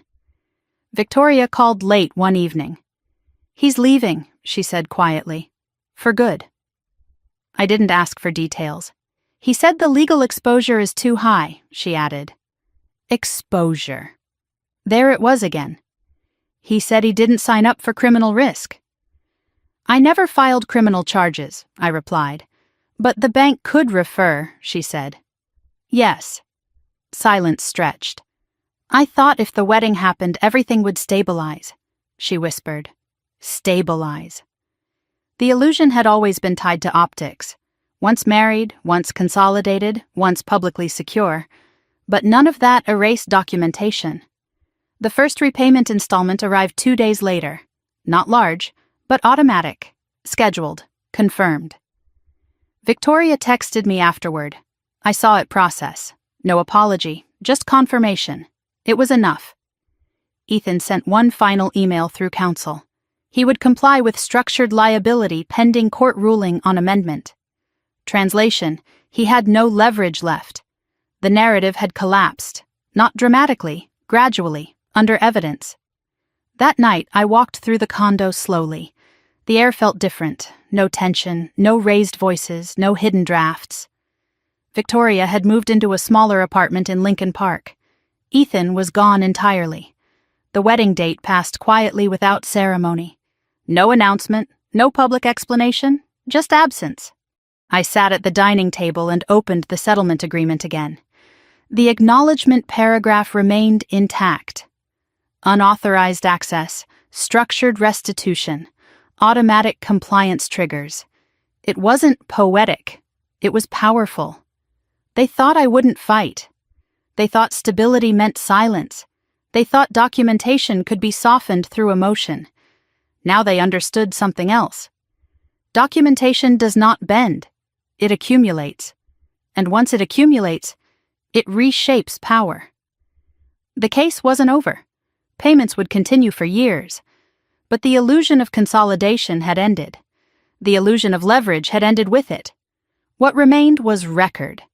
And record, once formalized, does not disappear. It endures. That was the real shift. Not revenge, not destruction, endurance. And endurance, backed by evidence, is impossible to intimidate. For the first time in months, I slept without checking my phone for transfer alerts. Because now, if a transfer occurred, it would be coming back, and this time it would be on my terms. 6 months passed faster than I expected, not because things were easy, because they were structured. The automatic repayments arrived on schedule, not large enough to erase what happened, but steady enough to confirm compliance. The condo felt different without constant tension humming beneath every conversation. I rearranged the living room furniture the first weekend Victoria officially moved out. Not dramatically, just enough to reclaim the space. The master bedroom closet was entirely mine again. No bridal gowns, no silk garment bags, just clean lines and quiet. Work stabilized, too. I accepted a promotion to senior risk consultant. The irony didn't escape me. Risk assessment had never felt more personal. One afternoon, I received a message from the bank's compliance officer. The internal review was complete. 3 transactions remained under regulatory monitoring. No criminal referral had been initiated. For now. The phrase lingered. For now. That meant exposure still existed. Documentation remained archived. Permanent. That mattered. Victoria called occasionally. Short conversations. Surface level. How are you? Fine. Work good? Yes. We avoided discussing the case. Avoided discussing Ethan. Avoided discussing the wedding date that had quietly passed without ceremony.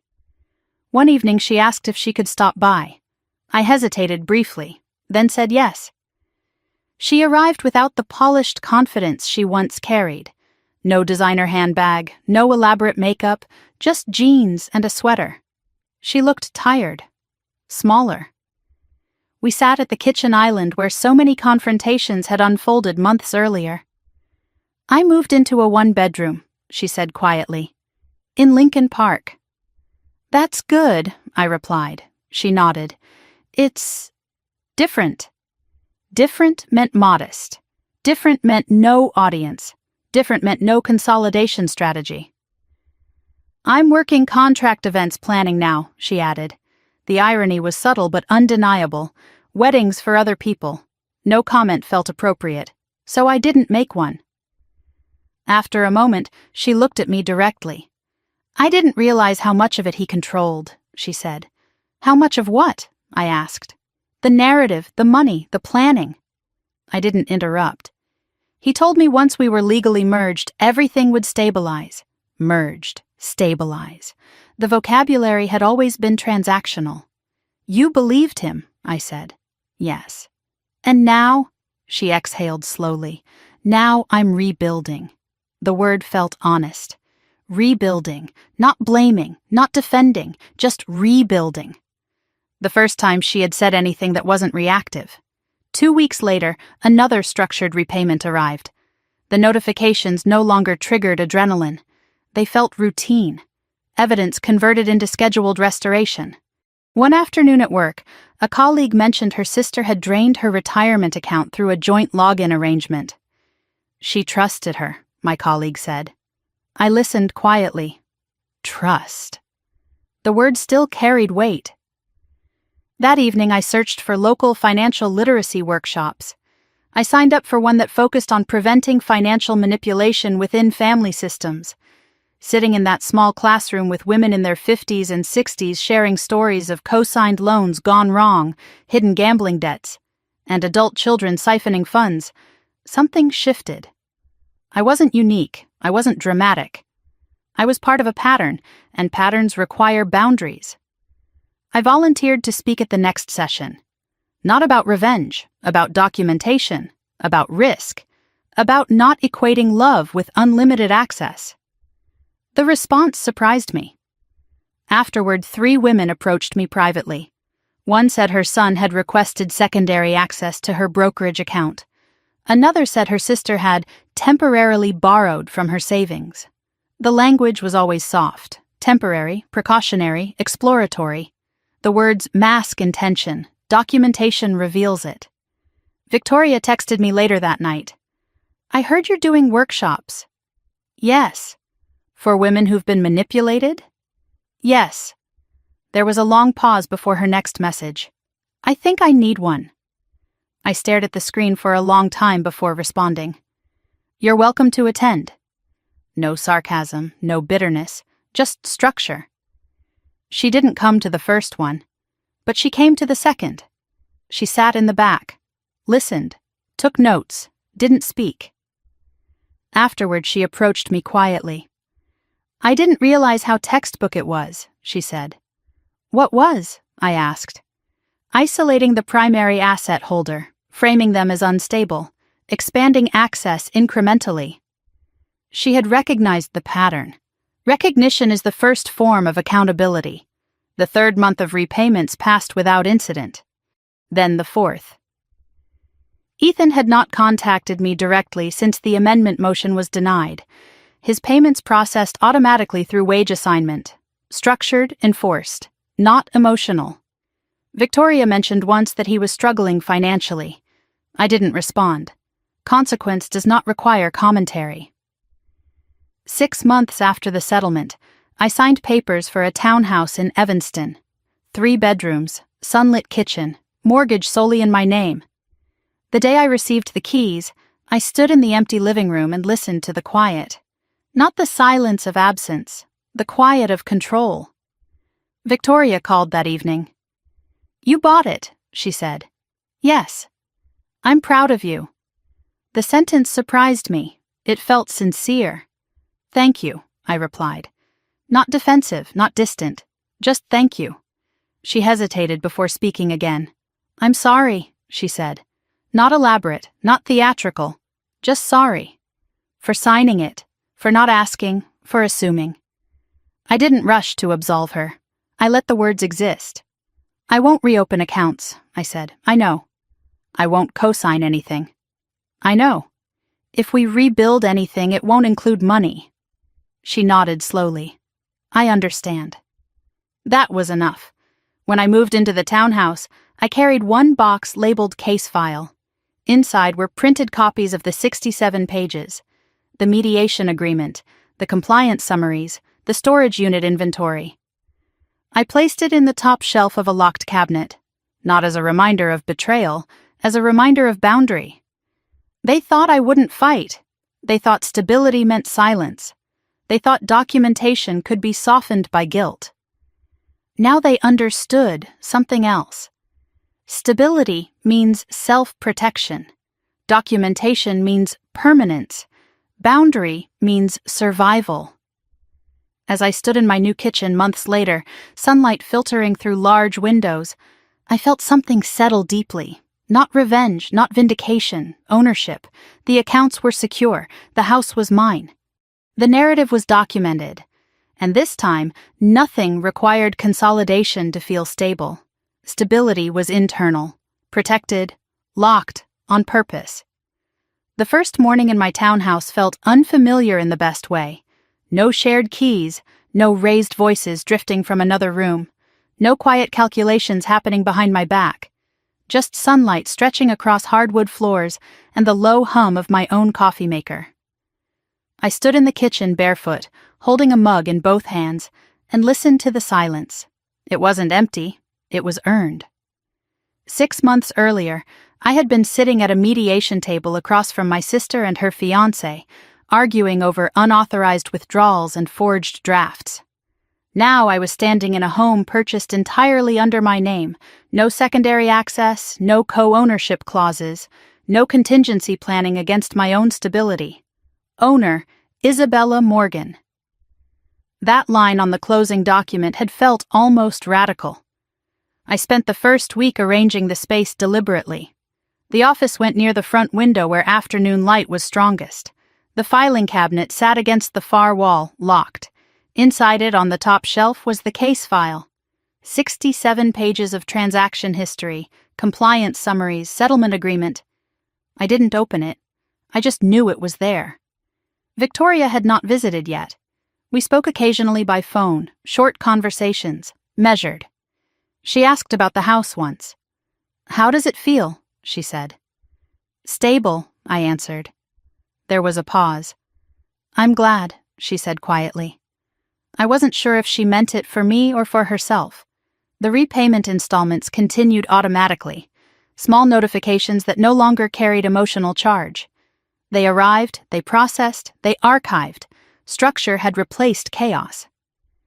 One evening, as I unpacked the last box in my office, my phone buzzed.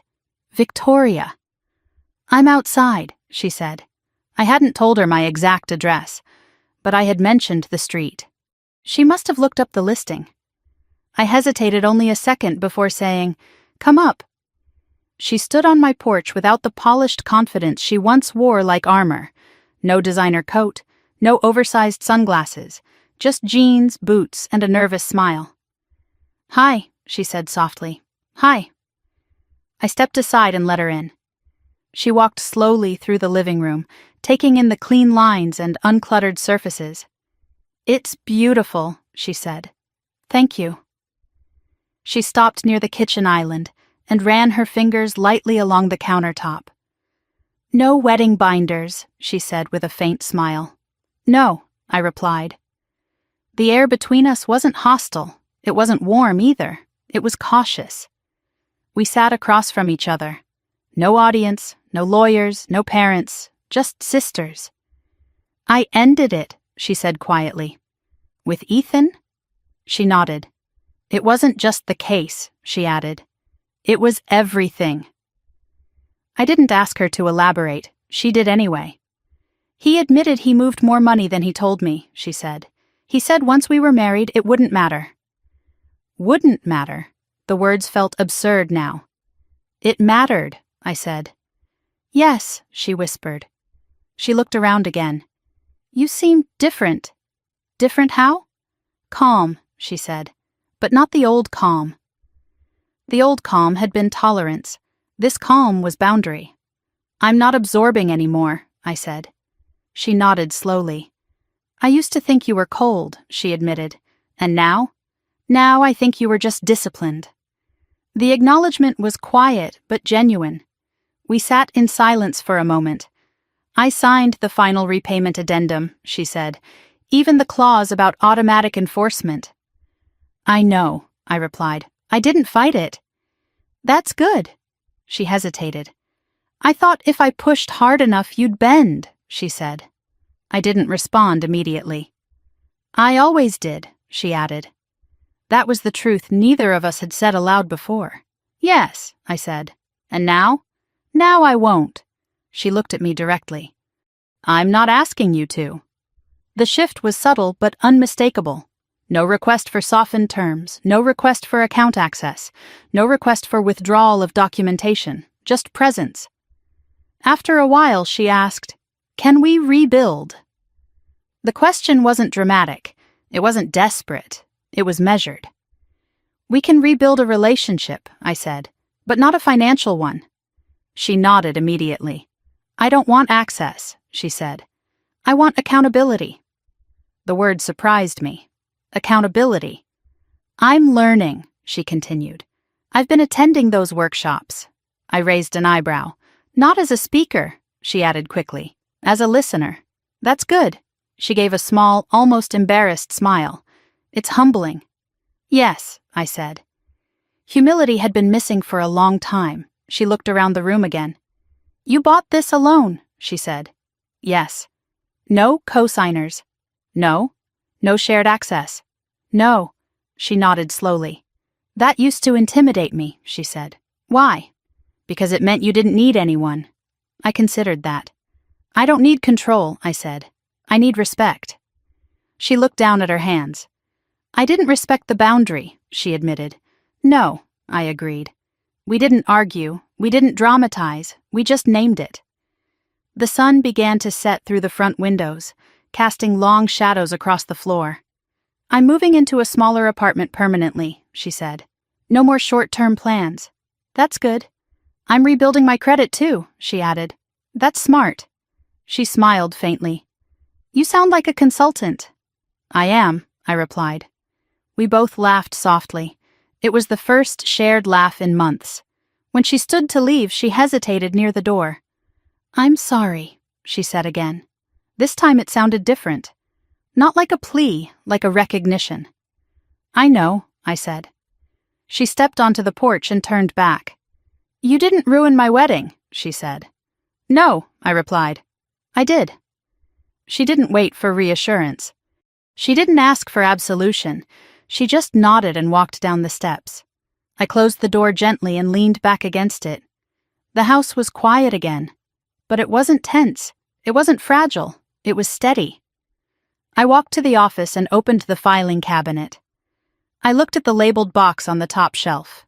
Case file. I didn't open it. I just touched the edge of the cardboard. Not to relive it, to remember what boundaries cost, and what they protect. They thought I wouldn't fight. They thought stability meant silence. They thought documentation was cruelty. Now they understood something else.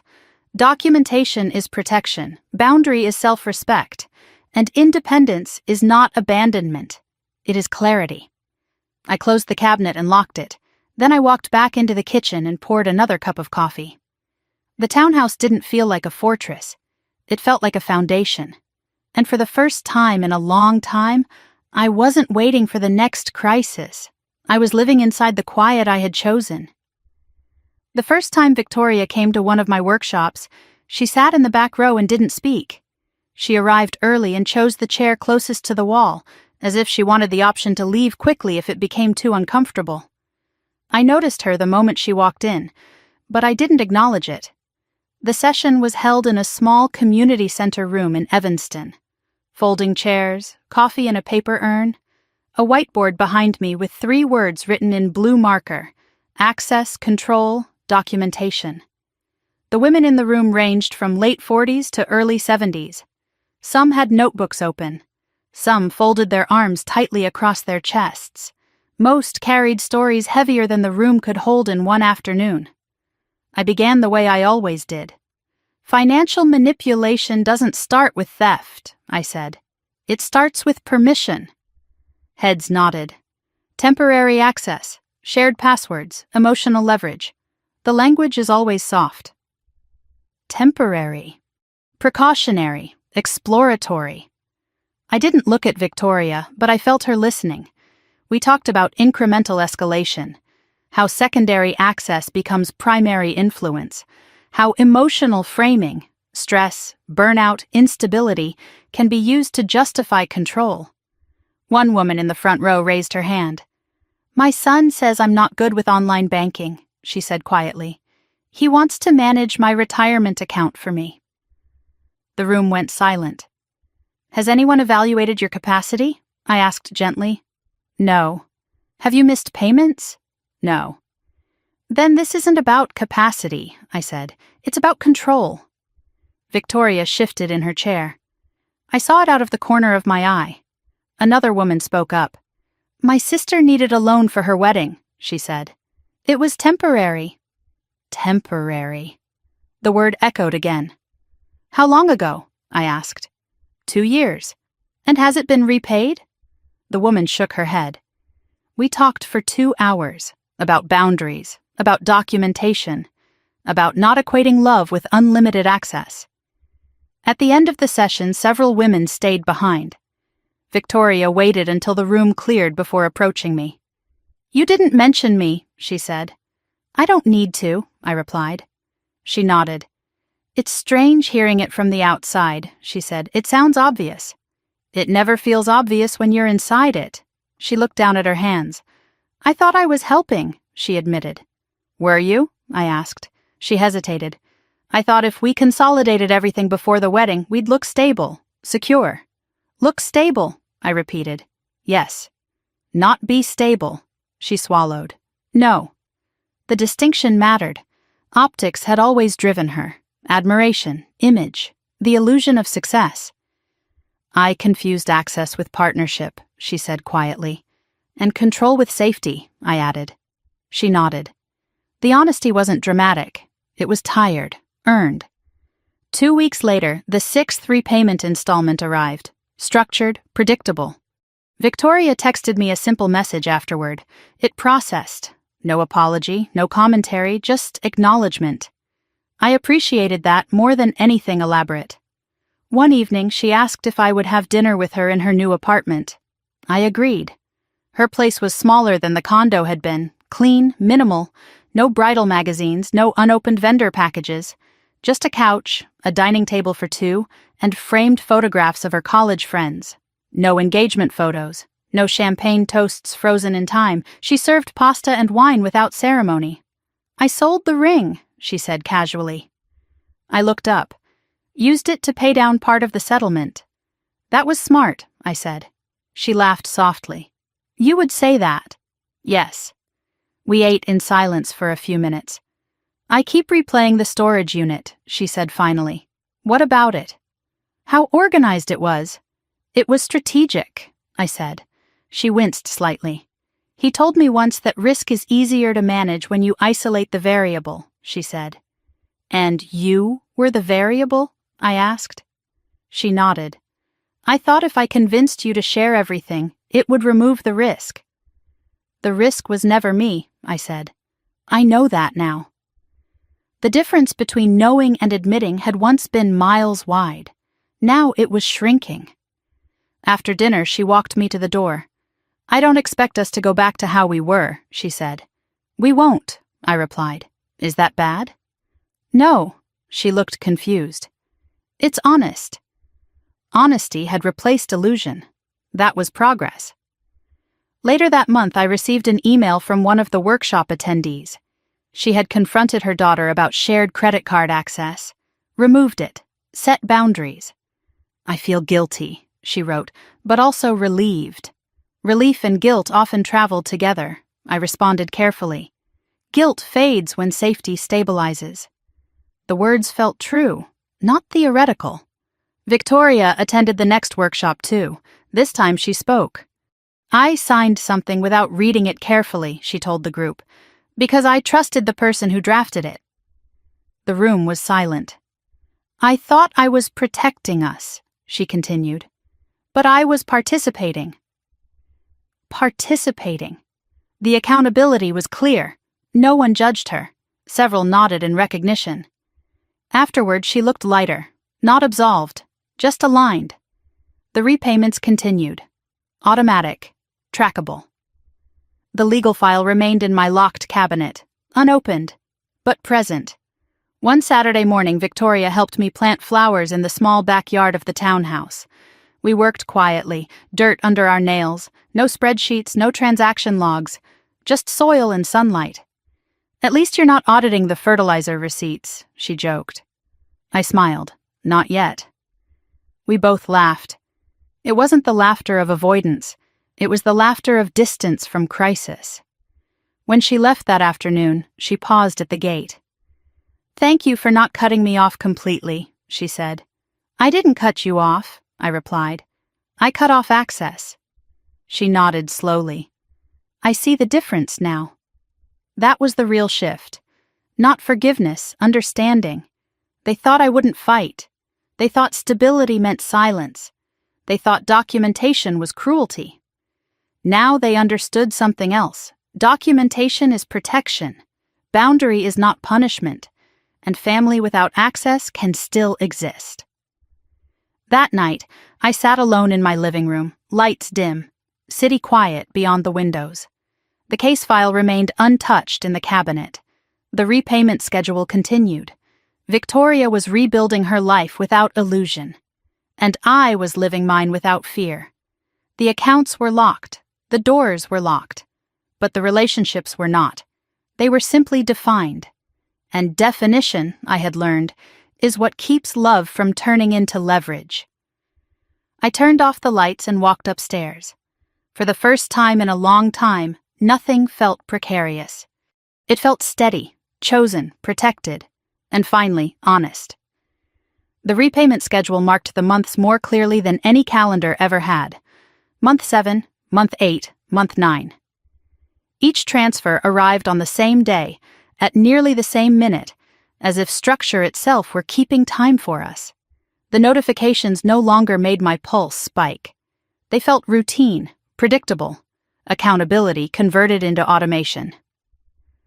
One evening, as I was reviewing quarterly reports at my desk, an email from my attorney appeared. Subject line, Compliance Update. I opened it slowly.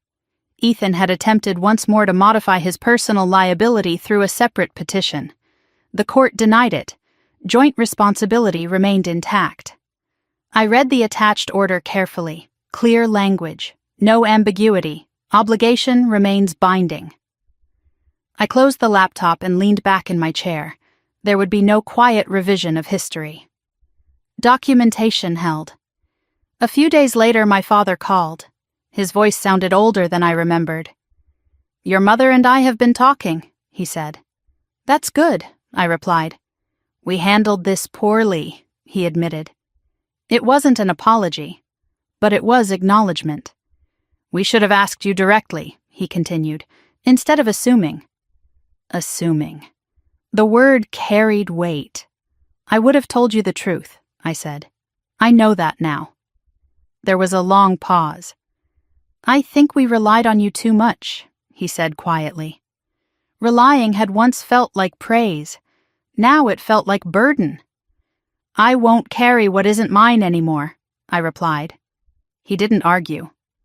Later that week, Victoria invited me to attend a small networking event she was organizing for her event planning clients.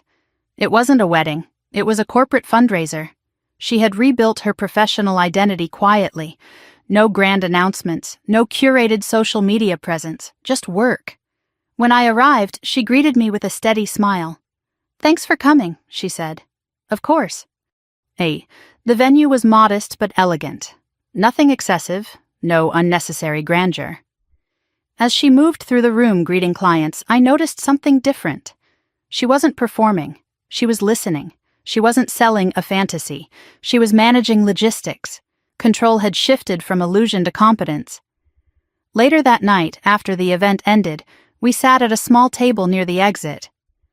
"I thought status was safety," she said quietly. "It isn't," I replied. "I know that now." She looked at me carefully. "I don't blame you anymore," she said. "For what?" "For filing." I studied her expression. There was no resentment in it, just clarity. "I don't blame you for locking the accounts," she added. I nodded once. That mattered. The repayment notification for month 10 arrived the following morning. Automatic. Clean. Logged. I archived it without comment. That afternoon I received an email from one of the women who had attended my workshops months earlier. She wrote that she had restructured her estate plan, removed secondary account access from her nephew, and updated her power of attorney documentation. "I didn't realize how vulnerable I was," she wrote. Vulnerable. The word echoed. Vulnerability without awareness invites exploitation. Vulnerability with documentation invites protection. I responded with encouragement and closed my laptop. That evening, I walked through my townhouse slowly. The space felt lived in now. Bookshelves filled, plants thriving near the windows. The office organized. No lingering sense of disruption, just continuity. Victoria stopped by unannounced a few days later. Not frantic, not emotional, just casual. "I wanted to show you something," she said. She handed me a printed statement. Her credit score report. Improved. Incrementally. "I'm rebuilding," she said. "I see that," I replied. "I didn't realize how much of my life was built on someone else's stability," she added. The sentence was quiet but honest. "I won't build like that again." "Good," I said. She looked around the house again. "You look peaceful," she said. "I am." She smiled faintly. "You don't seem angry anymore." "I'm not." That surprised her. "I thought you'd always resent me," she admitted. "I resented the behavior," I said. "Not you." The distinction was important. She nodded slowly.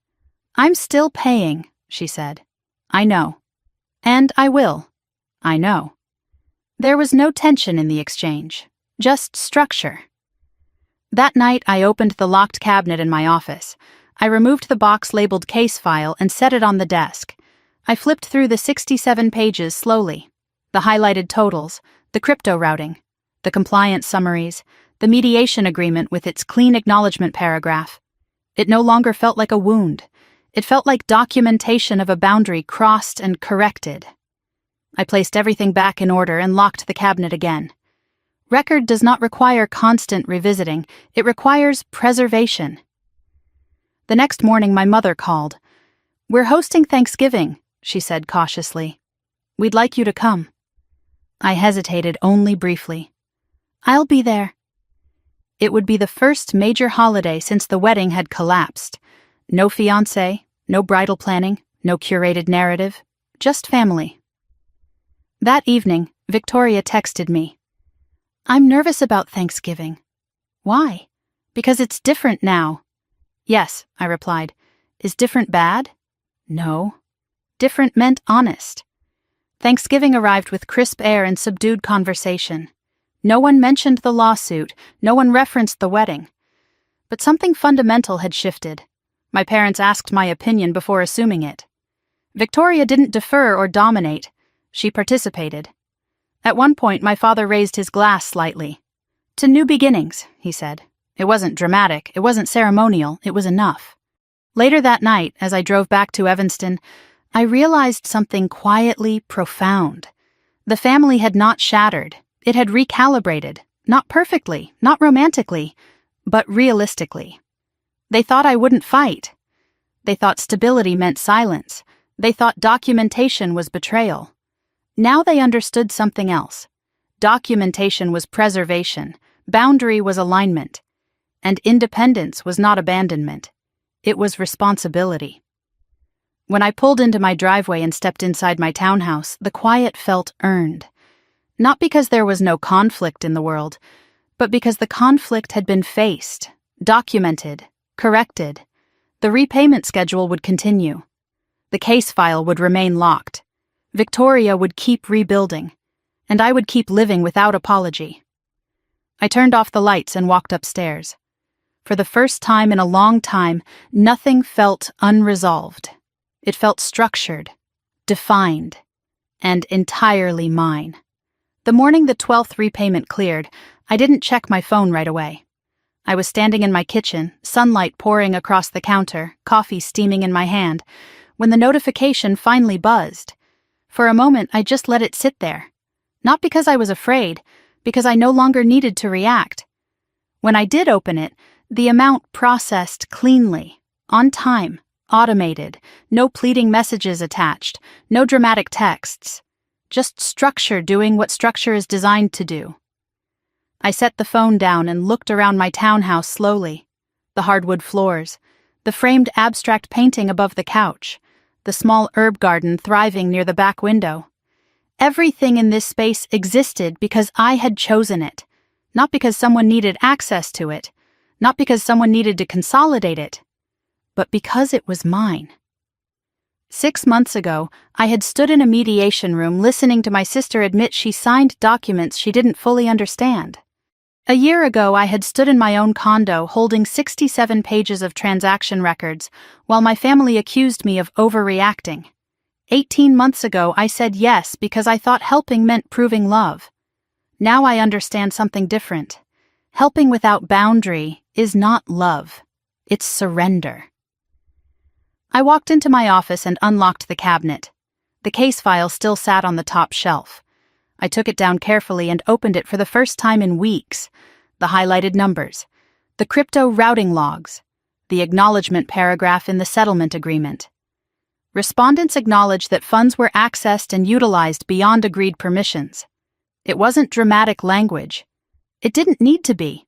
It was permanent. I closed the file and placed it back in the cabinet. Then I changed the lock code, not because I expected anyone to break in, because I could. Control feels different when it's chosen, not reclaimed.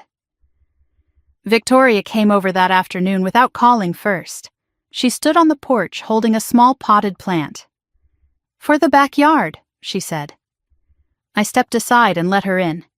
She walked through the living room slowly, like she always did now, Not as someone measuring what she could take, but as someone appreciating what exists.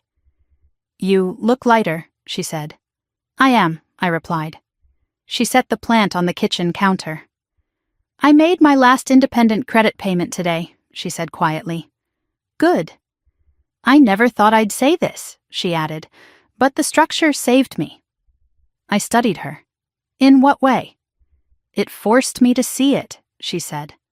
"All of it, the way I justified it, the way I let someone else steer." She wasn't crying, she wasn't dramatic, she was clear. "I thought you were being cruel," she continued, "when you locked everything." "I wasn't." "I know." She looked around the room. "I thought stability meant being attached to someone with more," she said. "Now I think it means being accountable for what's yours." "That's closer," I replied. She smiled faintly. "I don't need access," she said again. "I just need honesty." "And you have that," I said. When she left, the house felt exactly as it had before she arrived. Not shaken, not tense, just steady. Later that evening, I walked into the backyard and planted the small pot near the fence. The soil was cool, the air was quiet. I pressed the earth down firmly around the roots and stood up slowly. I thought about the day I locked all my accounts. How extreme it had felt. How final. How terrifying it seemed to choose documentation over emotional harmony. But harmony built on silence isn't harmony. It's imbalance waiting to collapse. They thought I wouldn't fight. They thought stability meant silence. They thought that because I was disciplined, I would also be compliant. They confused calm with weakness. They confused love with access. They confused family with entitlement. What I learned at 32 is simpler than any court filing. Family is not unlimited access. Love is not financial permission. Trust requires boundaries. And independence is not cruelty. It is clarity. When I walk through my house now, I don't feel like I reclaimed something stolen. I feel like I defined something that had never been properly defined before. My accounts are secure. My home is in my name alone. My relationship with my sister exists without shared passwords or hidden drafts. The case file remains locked, not because I'm waiting to use it, but because I respect what it represents: evidence, consequence, growth. If you've ever felt pressured to sacrifice your stability for someone else's comfort, I want you to think about this for a moment. What would you have done the day the transfers crossed the line? Would you have locked the account sooner? Would you have confronted them privately? Would you have walked away entirely? Tell me. Because these conversations matter more than we admit. They matter for daughters who are called selfish for protecting their savings, for sisters told they're cold for setting limits, for mothers who feel guilty for removing access from adult children. If this story resonates with you, stay with me. There are more conversations to have, more truths to unpack, more stories about family, manipulation, boundaries, and the quiet kind of revenge that doesn't destroy. It restores. Subscribe if you believe protecting your peace is not betrayal. Comment if you've ever had to change the password on something bigger than a bank account, because sometimes the most powerful thing a woman can say is not yes, it's enough, and sometimes locking the account is the moment she finally unlocks her life.